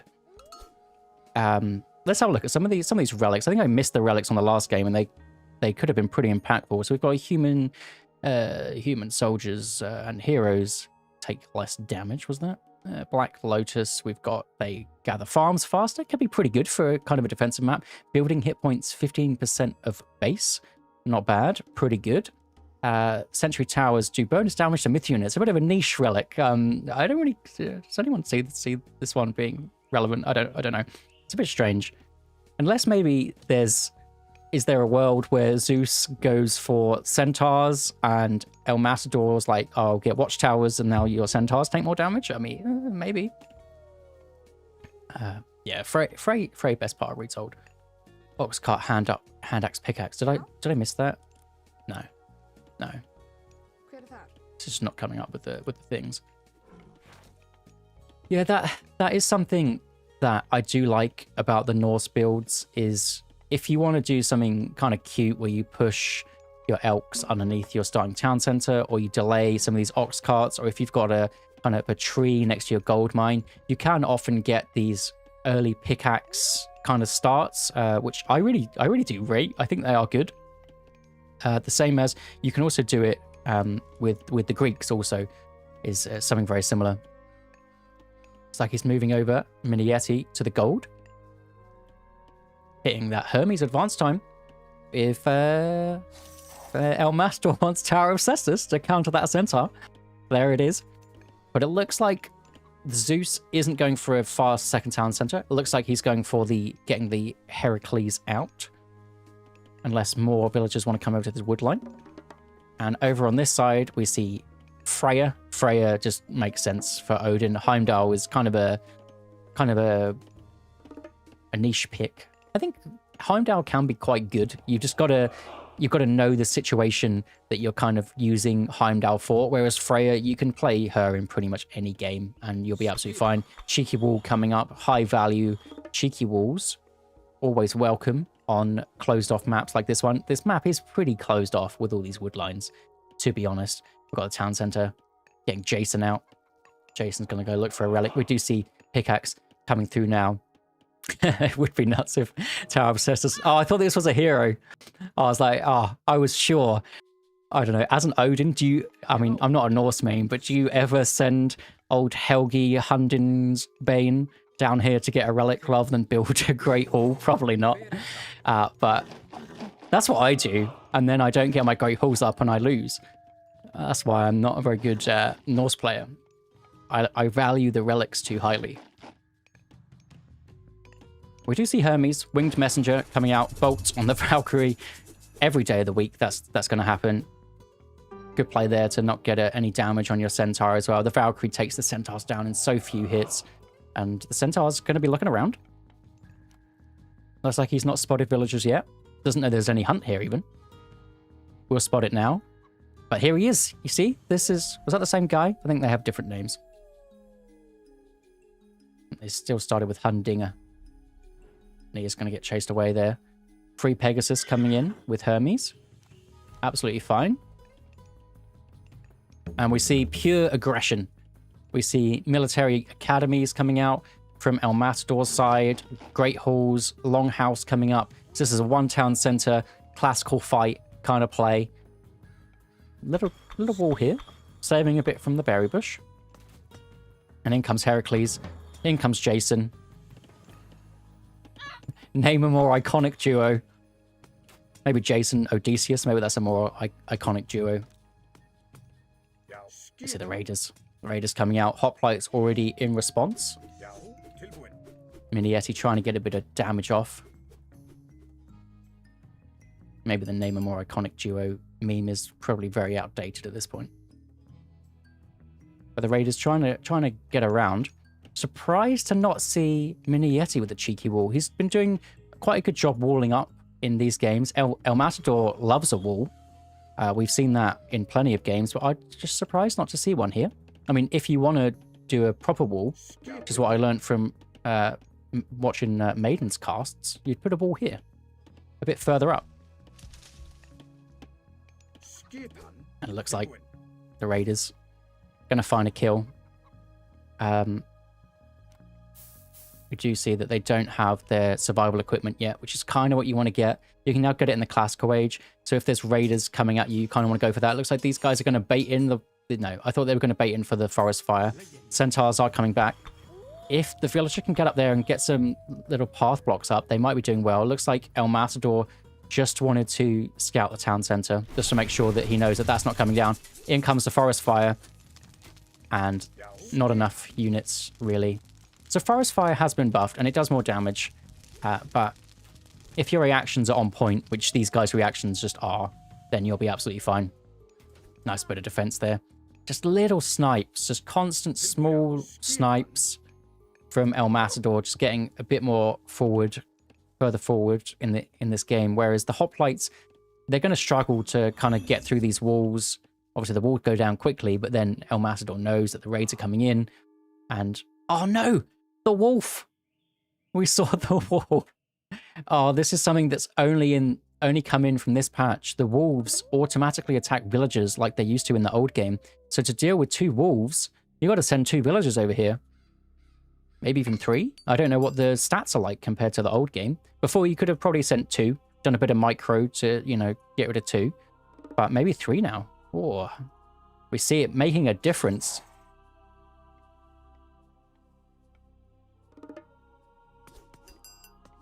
Yeah, I was going to say, El Matador, definitely worth just taking these caribous out. Free favor for the Odin for your upgrades that you want. You want your Thundering Hooves, so these guys are fast. Even just leave one behind. Just leave one behind to hit the caribou. We know El Matador's got the APM to do that. And just those wolves being there has forced MiniYeti to do some really defensive walls. He's going to have an extra one over here as well, which is...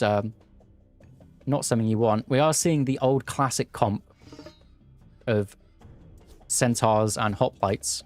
Not something we've really seen up until recently, because hoplites, they were very strong with Athena with all the upgrades, but then they weren't with everything else, whereas now the base hoplite has been buffed, so it's definitely worth doing something like this now. Throwing Axeman in response from El Matador. Centaurs need to target down the Throwing Axeman. Hoplites and everything else. We do see some nice micro. Nice bit of snipe on that Raven. Get him out of here. And we see the new Freya interaction of getting out the Godi in the classical age. Don't think it's going to do much. You need a few of them to really make a difference. Yeah, come back and deal with these. Get your Thundering Hooves. Thundering Hooves coming through. Centaurs coming in. See Stable. Stable coming in to maybe chase some of these raiding cavalry down. Is he looking to go to the heroic age, get Prodromus out. Maybe that's the kind of cool. No, stay in the classical age. Medium cavalry. Medium cavalry even before building any. He knows what he wants. Pegasus is looking. It's having a nice gander. So, no upgrades on the Centaurs. What he also could have done is just got Spirited Charge. Just built a stable, got Spirited Charge. Make your Centaurs faster. Nice bit of ghost building there. These guys need to get back to the Sentry Tower if they can. But, oh, they're going to get caught out. Nice body block from the raiding cavalry there. They are caught out a little bit. There is a wall this side now. There's walls everywhere. Can they get some damage on the way past? Bit of a late reaction time from MiniYeti there. I think he was not expecting El Matador to attack. He split his army up into 3 and just attacking the villagers. The villagers don't know where to go. The hoplites are chasing them. But the hoplites just too slow. Villagers over here, it's just too small to do a wall. Too small to do a gate even. There's also a little bit of raid on the top. Decides to hit ceasefire. If you're building a wall like this and you want to be able to retreat, just grab your villager. Can I build a wall? Will she let me? Build a wall like this. It costs slightly more, so it's 21 instead of 15. So it costs 6 more, and you can build a gate. That's it. Even if you build it on like a wonk, on like a side bit, then you can build a wall, build a gate from that, and you can just hit your W key, run straight through, and you wouldn't have lost HP on those villagers. It can make a big difference. Centaurs, though? The issue is if those Centaurs fight head-on with these raiders without their special, they just lose. Do you see Spirited Charge, Sylvan Law coming in to make them a bit more tanky, give them more range as well. It's a bit of ghost building action. Like watching AoE 2 there. The Zeus hoplites are trying. They are really trying. But somebody with this much control can just kite the counter units for as long as they want to, basically. And while this is going on, Njord is the heroic age god that El Matador decided to go for. Centaurs going to catch out these raiders, and this is the issue. If you don't look for 2 seconds, they literally they stood still for 2 seconds, and now they're all going to go down. Who does manage to get out? Do you see? Is it just pure?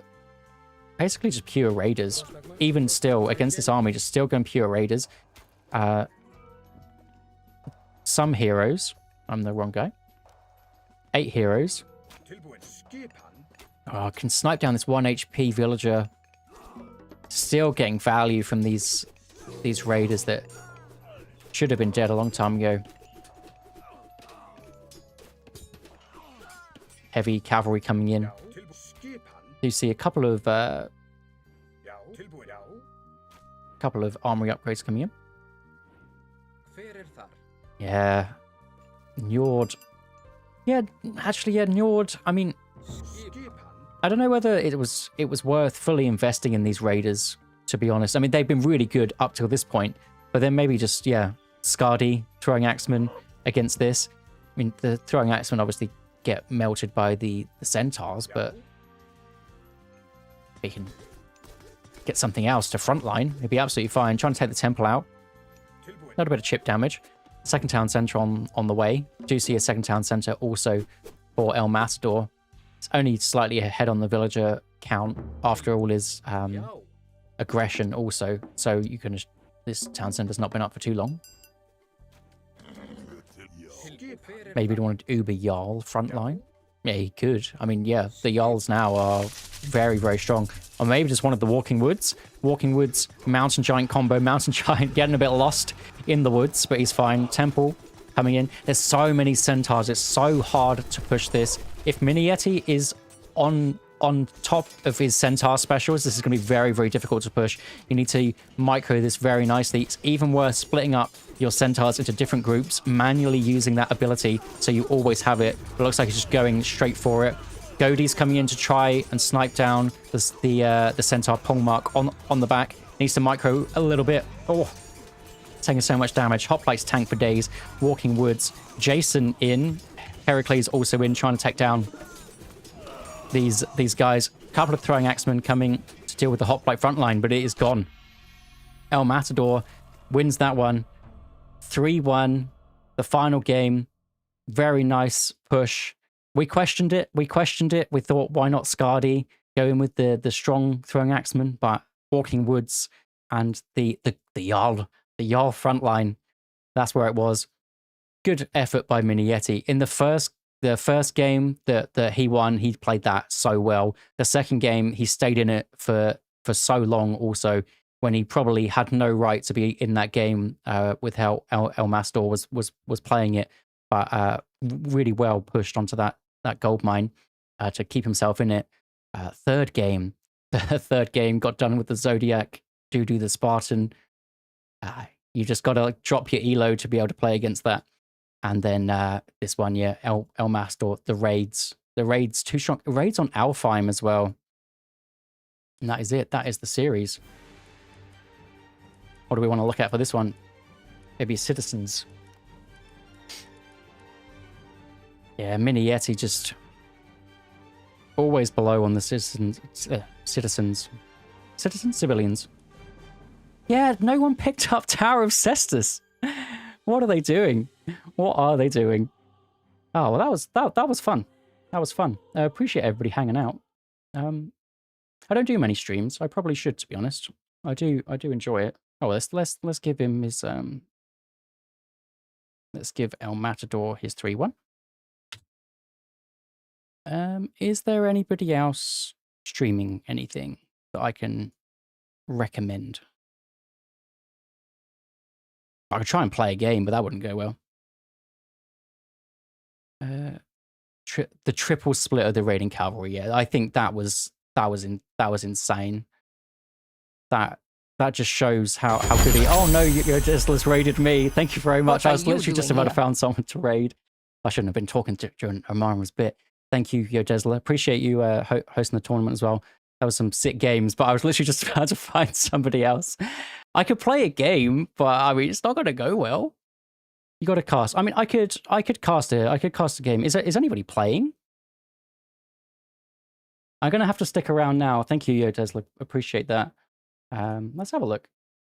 Is anybody playing just normal games? Oh, it doesn't look like it. Anybody playing some team games? Anybody want to play a game that I can cast? Okay, I haven't seen all the tournament games, and obviously people coming in have seen some tournament games. Are there any like insane games that I need to watch? One of them that I have seen that was an insane game that I haven't casted was Voigt's Odin thing. That was insane. But if anyone's got another one that you can suggest, then go for it. Barely been able to catch any games. Yeah, that is the thing. I think this kind of format is really good for the players. Watch 3DB game set on Marsh. You've got it. I love 3DB. Let's do it. Let's put us in the between games section. Thank you for the follows, everybody, and appreciate Yodesla for throwing that. That's it. I didn't finish my train of thought, did I? So yeah, it's really good for them. The only thing is, like, my plan for today was to see whichever one that you were going to cast, and I was going to cast the other one, and then it seems that Soup and Shelty changed their mind about when they were doing it. So I was like, oh, I guess I'll just do the same one. It's fine. Who was it again? It was B.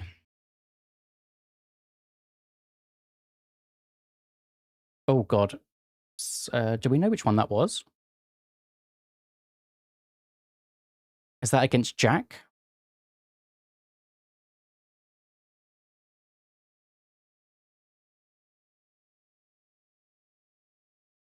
Continue to download.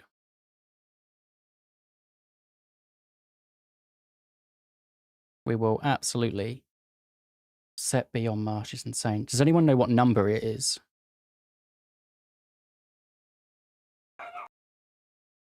Oh, Excuse my dog.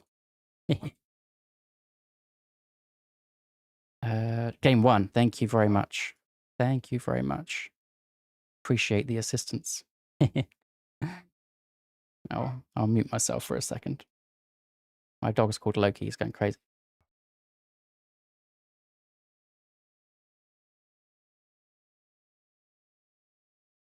I'm not buying WinRAR. What are you talking about?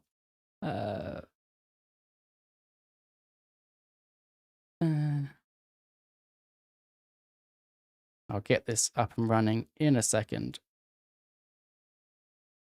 I'm just not buying WinRAR. Okay, sweet. Let's find this one. Let's get rid of that. Yeah, game 1. Let's find it. Da-da. Game 1.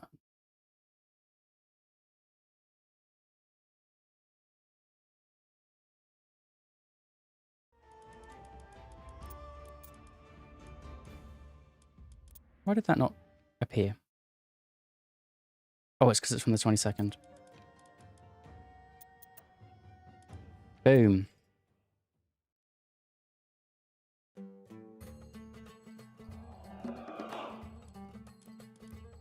Damn.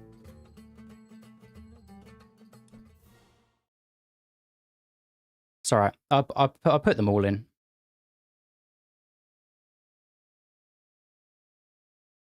They might have just named them the wrong things. It's, you know, easy to do.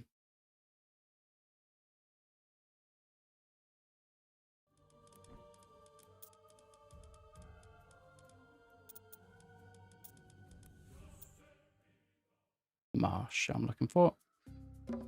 This one, Marsh. Looks like Alfheim. Oh, this is great. We'll get there. We'll get there.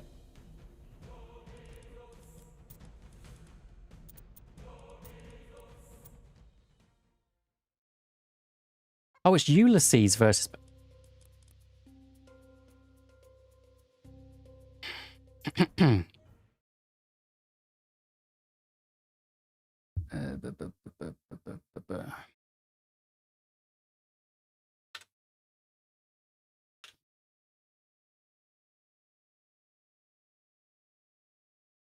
Pre-patch.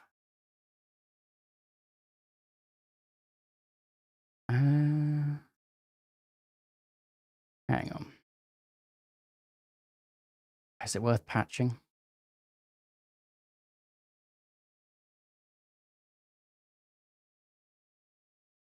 Does it work?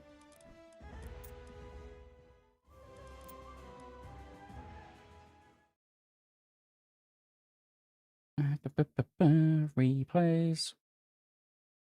Gabar. That's what I need to search for. Yeah, but oh, there it is.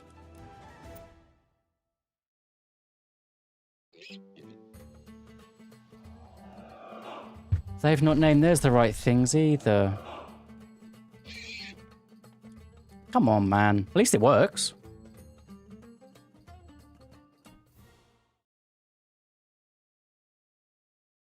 I had one job. Name them the right things.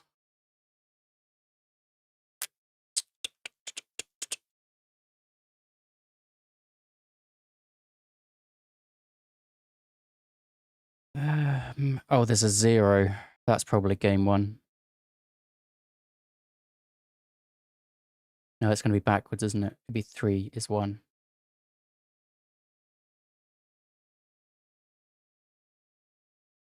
Okay, Gabar. I think 3 will be 1. It's Marsh we're looking for. Please work. This is the game. This is the game. We got there. We got there, everybody. We got there. Okay. Let's get into it. We finally got here. We found the game. Oh my god. Somebody plays with an extremely fast drag setting for some reason. And we're in Ulysses in the red Fuji 3DB blue set. Apparently this game is an absolute belter. Hopefully it works. This is on the previous patch. Shout out to Yo Desla for hosting the tournament. This is Mythic Wars. And we're not going to be watching the whole set. We're just going to be watching this one. If you want to see the whole set, I imagine Yo Desla casted the whole thing. And we're going to watch. In my opinion, one of the best players to watch in 3DB. He comes out with some stuff that you just wouldn't expect to see. He's an AoE 4 guy, I believe. Maybe he plays some of the other Age of Empires as well, or any other RTSs, but it means that he has fresh perspective rather than everybody that played the old game and just thinks that, I don't know, Set should be played in a certain way, or ISIS, you know, you should go in with priests and siege towers and push everybody. When players come in and they don't know these things, they're going to experiment and do something different. So, and on the other side is Ulysses, who is a bit of a god of the original game. So he knows, I mean, he's playing Fuji. Fuji wasn't in the original game, at least in this state. He was an extended edition, but completely different. No Quafus, and OP everything. So we will see what happens this side. So it looks like the priest is coming through. Pioneer has found it. Pioneer against priest plus myth unit is probably set favored. I mean, the Pioneer, well, it does 0.5, 0.3 damage per second against the priest. And these guys take 30 seconds plus certain amount of seconds per food. It's some weird thing. I wish there was a bar above, but here we go. Peasant coming through. This is what you need. If you want to stop the conversion, bring a peasant over. Absolutely does. And very nicely played there by Ulysses. Is he going to run that all the way back? It's probably worth it. Why not? Peasants aren't as good either. Oh, bit of micro. Oh, he misses it. Ulysses coming in with the micro. Needs to just path block a little bit. Oh, even gets a little shot off. Priest. Second priest out in the archaic age. Not something that you see. Sorry, these are the wrong way around. Should have been having them the right way. I was going to say that we've got Shio coming through for 3DP, which is not the case. Pioneer going back. Peasant going back. Nice bit of heal micro also. This is like set on the original game. If you watch some Magyar games, this is what they were like. Because everything in the archaic age did more damage then. These guys did more damage. The priest did more damage. Even villagers did more damage as well. They used to have 8 attack, not 6. So it was a quite a different game. I'm assuming, how many priests do you want? How many has he got? He's got 5. Is he even in the next age yet? No. No. Why do you need classical age? What is this? Wait, how do you... How many? Yes. That is it. How many? Yes. I absolutely love it. He's got 14 on the food. He's trying his damnedest to get up to the next stage. It's just what happens when you spend all your resources on priests. Oh my god, what are we seeing here? We are seeing the Yazi coming through. And the thing is about this is none of his units do anything. So the Yazi will be able to take this down. I know I should say it properly, but I don't say any of the Greek words properly either. Yazi doing well. Priests doing their thing. Still has 3. Oh, he's lost another priest. Poor guy. Anubis, though. Anubis coming through. Vision coming in. Is he going to do the Juju the Spartan as well? Is he just going to drop down the Plague of Serpents? I think people have been watching. My 1500 Elo games. Pioneers and the priests.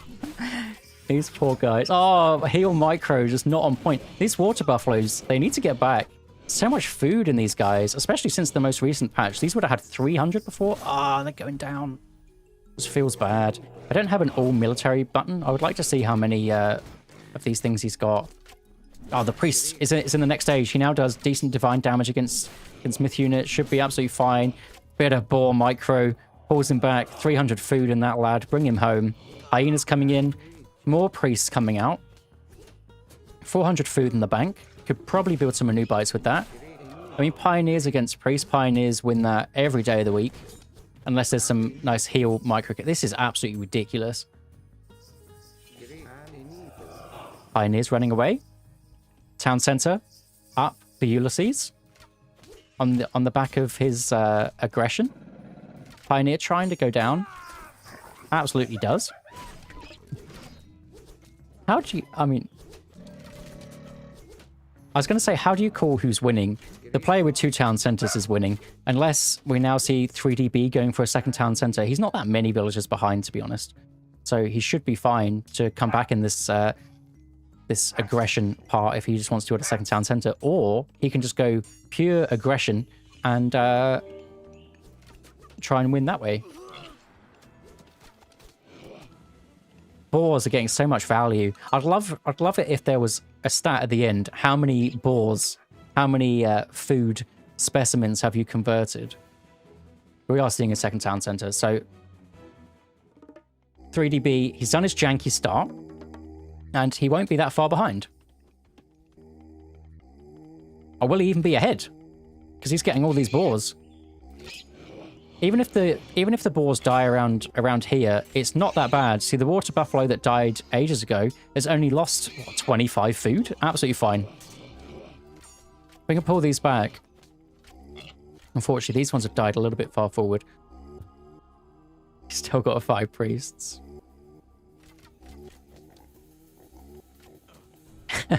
The noise of, like, multiple priests doing it at once, I guess they didn't know what to... how to do it. They just... None of the sounds finish. We can heal up boars too. That's pretty cool. A priest on every patch. And Ulysses he's only really going for pioneers. How... is the priest considered moving when it's wailing at a boar? Because those guys were missing a stationary target, and I feel like that doesn't happen in this game. Mass boars, the mass boar strike. Can even get some out of the Pharaoh if he really wants to. Not boars, but other units. The spearmen coming out. Even though these are archers, they don't counter the spearmen. This is all, yeah, tiny little bits of micro. Nice play from 3DB. 2 HP Pioneer here. Should be able to snipe that one off. Oh, just gets away with it.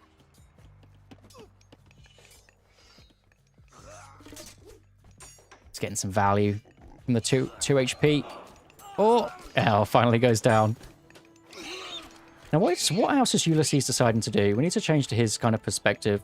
So he's got his 3 pioneers, he's got a temple, he's got no barracks, he's got 1 machine workshop, no hero building as Fuji, so not deciding to get Najar out, which is kind of interesting.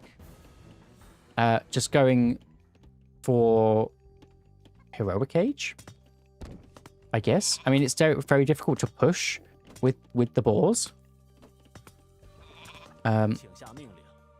Only pickaxe, whereas only pickaxe. Must have had some kind of agreement. I mean, it makes sense for 3DB. He's hunting and he's not getting any wood, so it makes sense. But we see the peasants are on the they're on the pigs. They've got berry bushes to eat. They're on farms. You should be seeing all the archaic age, classical age upgrades there. But we do see Gomang coming through, the defensive powerhouse. That is Gomang, probably one of the best minor gods in the game, to be honest. I can't think of many better. I mean, I'm sure there's better Mythic Age ones, but as far as the Heroic Age minor gods, it's difficult to find one better than him. I love how his mind works. 6 barracks, all going up at once, going through Sekhmet. So this is Slingers, this is Slings of the Sun, and an absolute dream, I imagine. Otherwise, you would go Nephthys if you're not going Slingers, wouldn't you? You go Nephthys, you get the upgrade Funeral Rites, so when you lose a unit, you get gold back. That's normally what you want to do if you're going for something that isn't a slinger. If you're going spearman or axeman or something like that. Slingers are queued. Do see a forward citadel center. Absolutely love that play. You don't want to put it at home. It's not doing its job. Okay, here they come. Front line is here. The front line is here. So bring the slingers. You'll be absolutely fine. Are they going inside the thing? No. He does have enough for Slings of the Sun, which is extra damage versus infantry. But there isn't any infantry out. Actually, there is. They are starting to come through. Heroic Age versus Heroic Age here. The army for Ulysses is pretty small compared to the compared to the zoo that 3DB's got. Especially if he can fight here. If he can fight here, then B can make the most of all of these animals. The pullback micro is insane. Fortress coming up. Ballet on the top gold mine. Top gold mine secured. There's been no attempt of any raids on this side. 3DB, he's got the map. He's got what he wants. He can get a Migdal down here if he wants. The gold mines are really weird. Normally on this map, you see quite a lot of gold mines in the middle. You at least see kind of 4, like 2 each. Got on 23 hunting. But this time they're all on the sides, which is quite a weird spawn, in my opinion. He's just hunting forever, getting Serpent Spear, all the upgrades. Spearman coming through also. Tao decides against it. This is just scary. Absolutely scary army. Oh, follow a goal. Oh, thank you, Hagrid, for the follow. Appreciate it. Heavy Spearman. Coming in. I mean, this is just insane. Serpents coming down somewhere. We do see forest protection. It's going to be so hard to go in there. You also don't want to attack in the main base with this many animals, because otherwise it's just free animals for Ulysses to hunt up. Even this, you've got what, however many hippos here. Like the peasant don't waste any time. He's straight on there. If you're going to attack with these, you need to win the position, which is why he's going for this, not the main town center, forcing out the forest protection on the main town center to then go down here. Big brain, big IQ play. Do see lightning weapons, a very OP god power coming through. It's like flaming weapons on steroids. This priest has nowhere to go, but the town center looks like it is going to go down. Peasants trying to deal with these hippos. They do decent damage because they get their bow and arrow out against the hippos of Set. Scarab, bit of splash damage. Lightning weapons finishes off 3DB. So many units. Bit of shift-click micro onto these slingers, making sure to get rid of those fire archers that will tear those spearmen down so quickly. Big hero boys coming out. Not sure if this aura would work on the hippos or not, whether they count as myth units in that respect or not. They're all dead now, so we can't see. But they absolutely did their job. Now, if we're talking big brain play, like that was this was a big brain play. Do you take this town center? That's what I'd be doing. I mean, I wouldn't have thought of this strat. He didn't even need to. If you'd have told me at the start of this game that B wins this, I would have never said that he won that. That is absolutely ridiculous. But wouldn't that be a sick play, though? Coming up here. What is there? There's like 300 and something in each of these.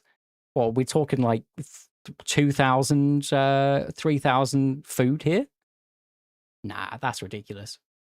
What a game. Did B win this series, by the way? Or did Ulysses win? Oh, maybe no spoilers to people that haven't seen it, maybe. I don't know. No, this was previous patch, so this is quite old, isn't it? But either way, what a game. If anyone's playing now, I will do that one as well. I won't try and find another game again. That took it out of me. Oh, Pegasus versus MiniYeti. Okay, here we go.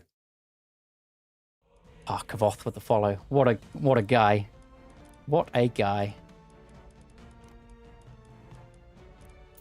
You weren't following. I think that a lot because I find a lot of people through that, like, whatever it's called, recommended. But to be fair, I don't stream very often, so I would not be offended for anyone for not following me. Okay. We're back again. We've got a live game going on. We've got MiniYeti that we've just watched a series of, actually. He played very well in that series against El Matador, but now he's on the ladder. Not enough. Not enough for MiniYeti. He wants more games of Age of Mythology retold. He's up against Pegasus, one of my absolute favorite players to watch. And he doesn't play enough ladder. I told him so when I was co-casting a game with Soup the other day. So maybe he listened to me. Probably not. But I'm gonna claim the victory. I'm gonna claim the win. So Pegasus going in with the Odin. What is this map? Savannah. I'm just gonna turn the music off. I don't know. I don't want to listen to Egyptian music when there's no Egyptians in. And oh, it's nice and quiet now. So we've got Pegasus going in with the Odin. Savannah, quite an open sort of map. We've got the Fuji MiniYeti. So MiniYeti seems to, a lot of these games has played, or at least previously, has played quite aggressive. MiniYeti, or Fuji even, as a god. I mean, you can play him in two ways. You can play him very aggressive with the early myth units. It doesn't matter which one you go through. Both classical age myth units are insanely strong. You either got the teleporty Yazis or the Chillin, the fire breathers. Both of those very strong with the Najar hero. Both of whichever one you want to go for, early aggression. Or you can go for some kind of like second town center, far then into heroic age, you know, kind of min defending, or just go straight there depending on what the map kind of setup is. Probably not against an Odin. But you can go into second town center, go Mang, and get that forest protection that we've seen a lot of in our games with Fuji and Noir in it. We'll have a look and see how he scouts the map. I always find that my scouts, I mean, I don't play much China. I do like Fuji. I don't play much China, but my scouting always ends up very inefficient. Let's call it. I think what you need to do is set up in a way to know the timing of these Sky Lanterns. Send them one way, send your boy the other way. And this is exactly what MiniYeti's doing. And he's going to uncover a lot of the map that way. Whereas the Odin going out, saving his Great Hunt, going out onto the map early, saving 3 zebras. I don't know if is that the right amount to save? Because you get 1,000 food, don't you? So it depends how much extra it gives you. I thought it might double it. Maybe you're not getting the value of the... Oh, there's a 4th one. Ignore me. That's enough. That's enough. 4th zebra hiding. Gotta wait for them to walk back together, though. And we are seeing Yu here. The yin-yang bonus. Oh, what is that? Yes, this one is the yin-yang. So this is the work rate for villagers goes up, and then when it swaps over, it's is it extra damage or is it something like that? I like Fuji as well. How do I not know that? How do I? This one. Yeah, extra damage. Yeah, I was right. I was right. And we do see Peach Blossom Spring coming out in a pretty defensive way. You want to get these Peach Blossom Springs down as soon as possible for your... yeah, the Quafus are a bit bugged at the moment, so they kind of run around the Savannah tree, but it looks like MiniYeti knows that, so that's good. Yeah, even when he tried to fix it, it still goes in a funny spot. I'm sure that's being looked at. It's just something you just need to keep an eye on these currently, because for some reason he likes to walk around the back. So we did see lightning weapons Yazi going in, and Pegasus runs away from this hunt because he saw the early advance time, and he's decided to go through Freya for a 4:15. Valkyrie will eat the Yazi for breakfast with extra speed. You can obviously use your ability manually, but I mean 25% hack armor, it just goes down so quickly. But Najar is in, and Najar will scare that Valkyrie away nice and quickly as well. Oh my god, the relics are huge. What are the relics? So 6 relic monkeys, that can be very, very strong. They're so slow though. You don't want them with your army. I've watched some games where people have it with their army and it just slows them down, and it's almost like it's better not having it. Farms cost less. That's nice. Villagers train faster. 5% faster is not a big deal, but it's, if you're in the vicinity, grab it. Damage vulnerability to hack minus. not a bad one. You are seeing moving out forward here, and we do see that all these zebras got doubled up. So Pegasus knows his numbers. Valkyrie coming in. What kind of buildings do we see? So great halls, no barracks, no longhouses. I don't think anything died there. They made a big fuss, but they did get away from the forest fire pretty quickly, so they're absolutely fine. Nice reaction time from MiniYeti. Quafu does kind of try and min-max and stay out. I mean, the Quafu does decent damage against them anyway, and also Narjar in to run them away. And does have a pretty good wood line here next to the sentry tower, so not all is lost. As far as forest fires go, if you're against it, that's one that you want. Yeah, there he goes again. We won't watch him.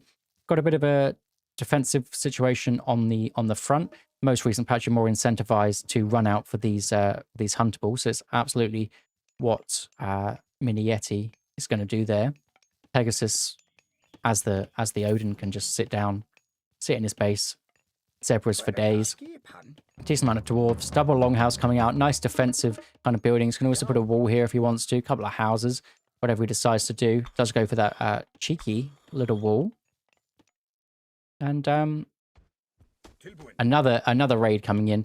I mean, it does open up this gold mine also. So that is something about this woodline forest fire where it did do a bit more damage than it seemed on first glance.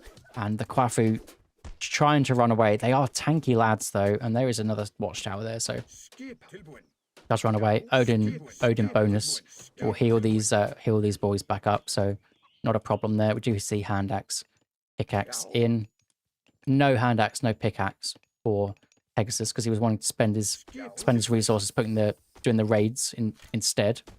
Kind of the thing though, if you're one town center, you kind of want to get those at some point.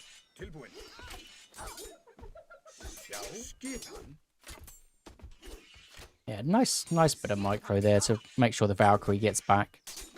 Just those small things that can make a big difference. Now Narjar goes down. I think he's 100 gold. What is he? We won't be able to see, will we? Can we see?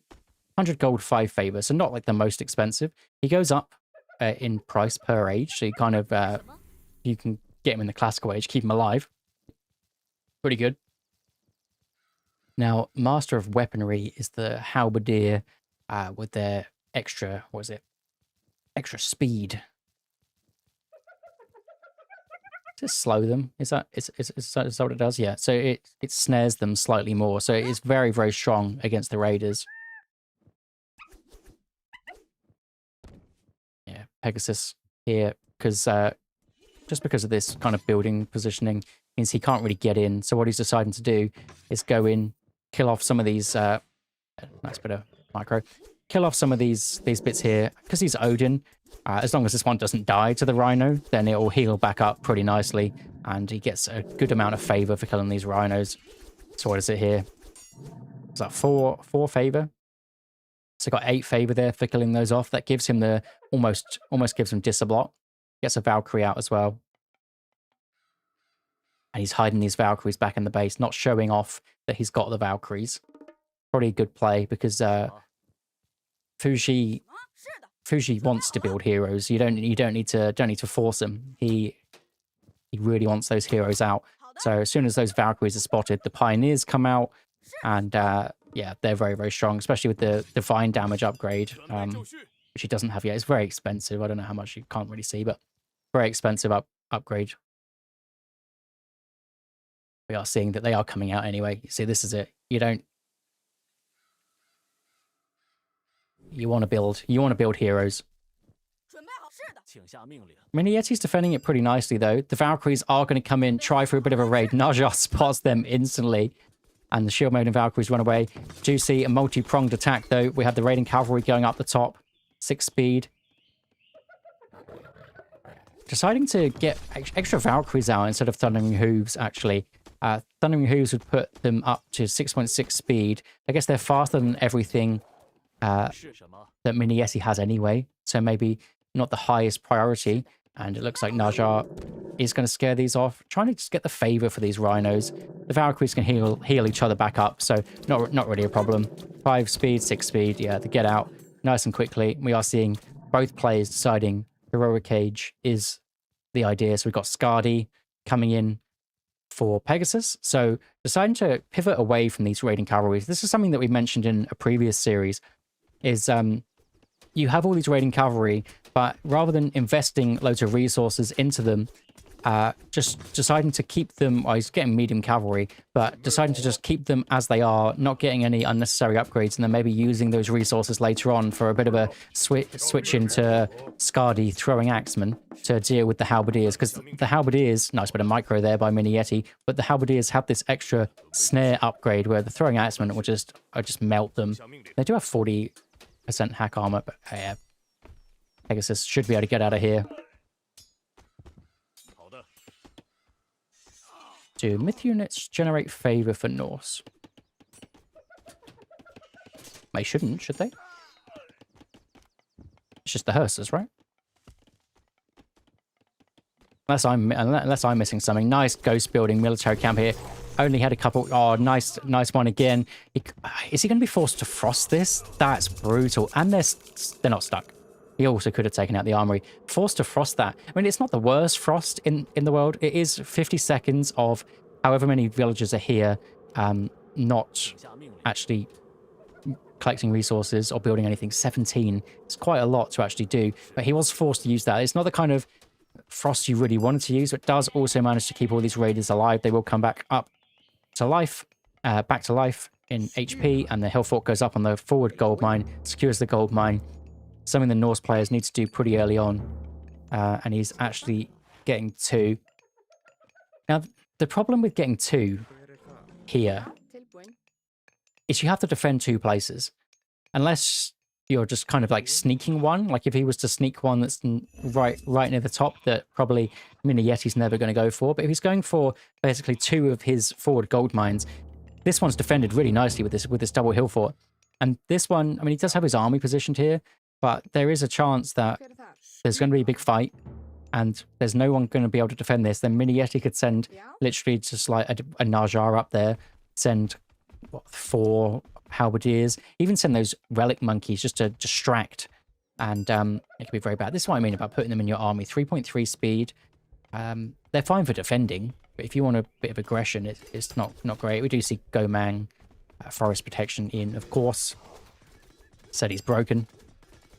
Ballet coming up. Forest protection. I don't like the forest protection on the ballet, to be honest, unless you know that your opponent can't kill it or get masons. Then it just makes them a lot stronger, especially against normal units.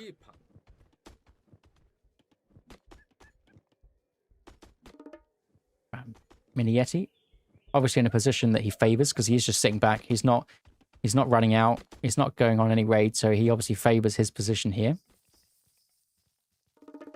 Nice wooden wall here. Pots gets the hunt. These villagers can move over to the gold mine. Minimal walking time. Love those plays. And now, where is it? Where is it next? So we've got Vibrant Land trying to come through. The thing is about China, not going for a second town center, is he doesn't have as much favor as you would have if he went for 2 town centers. So this would have been collecting a big radius earlier. And he would have had more favor to play with. I mean, he does have 68 anyway, so probably just hasn't built that many Quafus, right? Yeah, literally just has 3.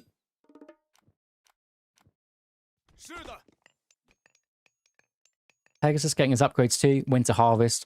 Love that upgrade. And both players deciding to sit back. Heavy Huskarls out. So both players, they haven't seen the enemy army, and this is kind of what I mean. I mean, if he was here, obviously it would have been even worse. So maybe it is better to be in this situation. But here we go. This is the answer, and Norse mains will call me out for not knowing that. But you can just change them into berserks, get rid of the White Horse Cavalry, and be absolutely fine. Obviously, you are taking a hit your villager production, and the hill fort will be coming up here. But this is obviously one way to counter it. Maybe he is a bit behind in the villager population now. So behind 13 villagers. But then when do you... So these are the kind of games that for me, are always a bit tricky. Because when do you get a second town center now? Do you get one when you get to 175 pop, just so you're getting the population benefit as well as also getting more villagers in? Or do you get one a bit sooner because you know that you've been sitting back, your opponent wants to sit back? But then also, do you want to spend those, 700 resources on a town center plus 50 food every 15 seconds when your opponent hasn't? Lightning weapons in, and this is pretty dangerous for Pegasus, but he does have a pretty nice surround. Unfortunately, the Huskars this side are attacking the Halberdiers, but good news for him is the Halberdiers aren't actually on the Raiders. The Raiders are nicely on those Fire Archers. Nice bit of micro from MiniYeti, though, to go on the Throwing Axeman. Throwing Axeman to manage to run away. I think the Halberdiers were just on the wrong units. They're still sat on the wrong units. They need to be hitting those raiding cavalry. The raiding cavalry go down so quick, and it looks like Pegasus cleans up this fight very nicely. And you see, if it would have been a town center, that would have been a bait. He wouldn't have had all these resources to do anything else. Just a bit of missed micro on those Halberdiers, I think. If the Halberdiers could have gotten to the Raiders, they would have melted very quickly, and then you wouldn't have their 9.6 damage a second right there. I think it's White Horse Cavalry versus Raiders. The White Horse Cavalry win that in every department, except for Pierce Armor. You also do have their ranged attack. I don't see many people doing that. I don't think you can put that on auto cast either. I think you have to like manually. So you'd have to kind of sit behind here, shift Q, and he absolutely does as well. Gotta love it. Doesn't do too much damage against the Raiders, but against other ones, you know. We do see Rhyme coming through, so you get those extra strong frost giants for Pegasus there. MiniYeti actually not deciding to go on the gold mine, deciding this gold mine's fine, and he just went onto the farms. But Pegasus, does he know about this operation down here? I mean, I don't see why he would. Oh, he does. He sees the one farm, so you'd assume there's probably more than one farm.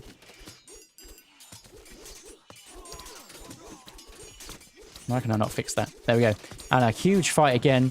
We do see Forest Protection onto the Military Academy. Throwing Axeman, trying to get some good damage done to those Halberdiers. The Halberdiers are attacking the front line this time, but there's just not many of them. And Pegasus... Forest Protection's insane. But Pegasus is, yeah. Pegasus is raiding cavalry there. Only things left against the Wuzu Javelinier.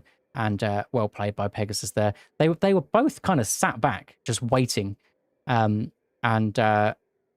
Pegasus wins that fight up there, and then the follow-up fight wins that one, and that is all she wrote. Had some pretty good games today, though. I say I will be heading off now, so thank you everybody for hanging out. I'll go to the and that was the score of the game earlier. So yeah, thanks for hanging out. Thanks for the follows. Thanks for the 3 raids. That's pretty crazy. It was Yodesla, it was Asem, and it was... Oh, I'm not sure. I can't remember. The chat doesn't go back that far. But yeah, thanks for hanging out. I will send you over to somebody. Noob streamer needs to figure out how to do that. I've done it before. Raid channel.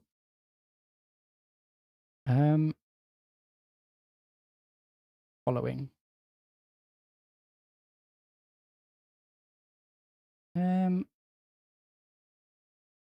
Is anybody streaming?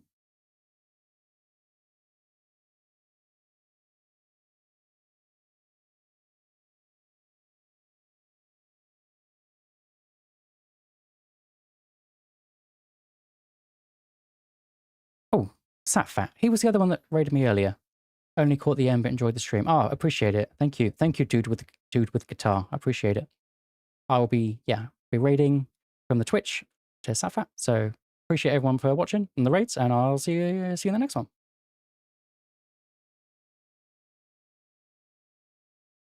Takes a minute to do. I told you I'm a noob. Where you going? I didn't have dinner, so I'm going to go eat something. And yeah, peace.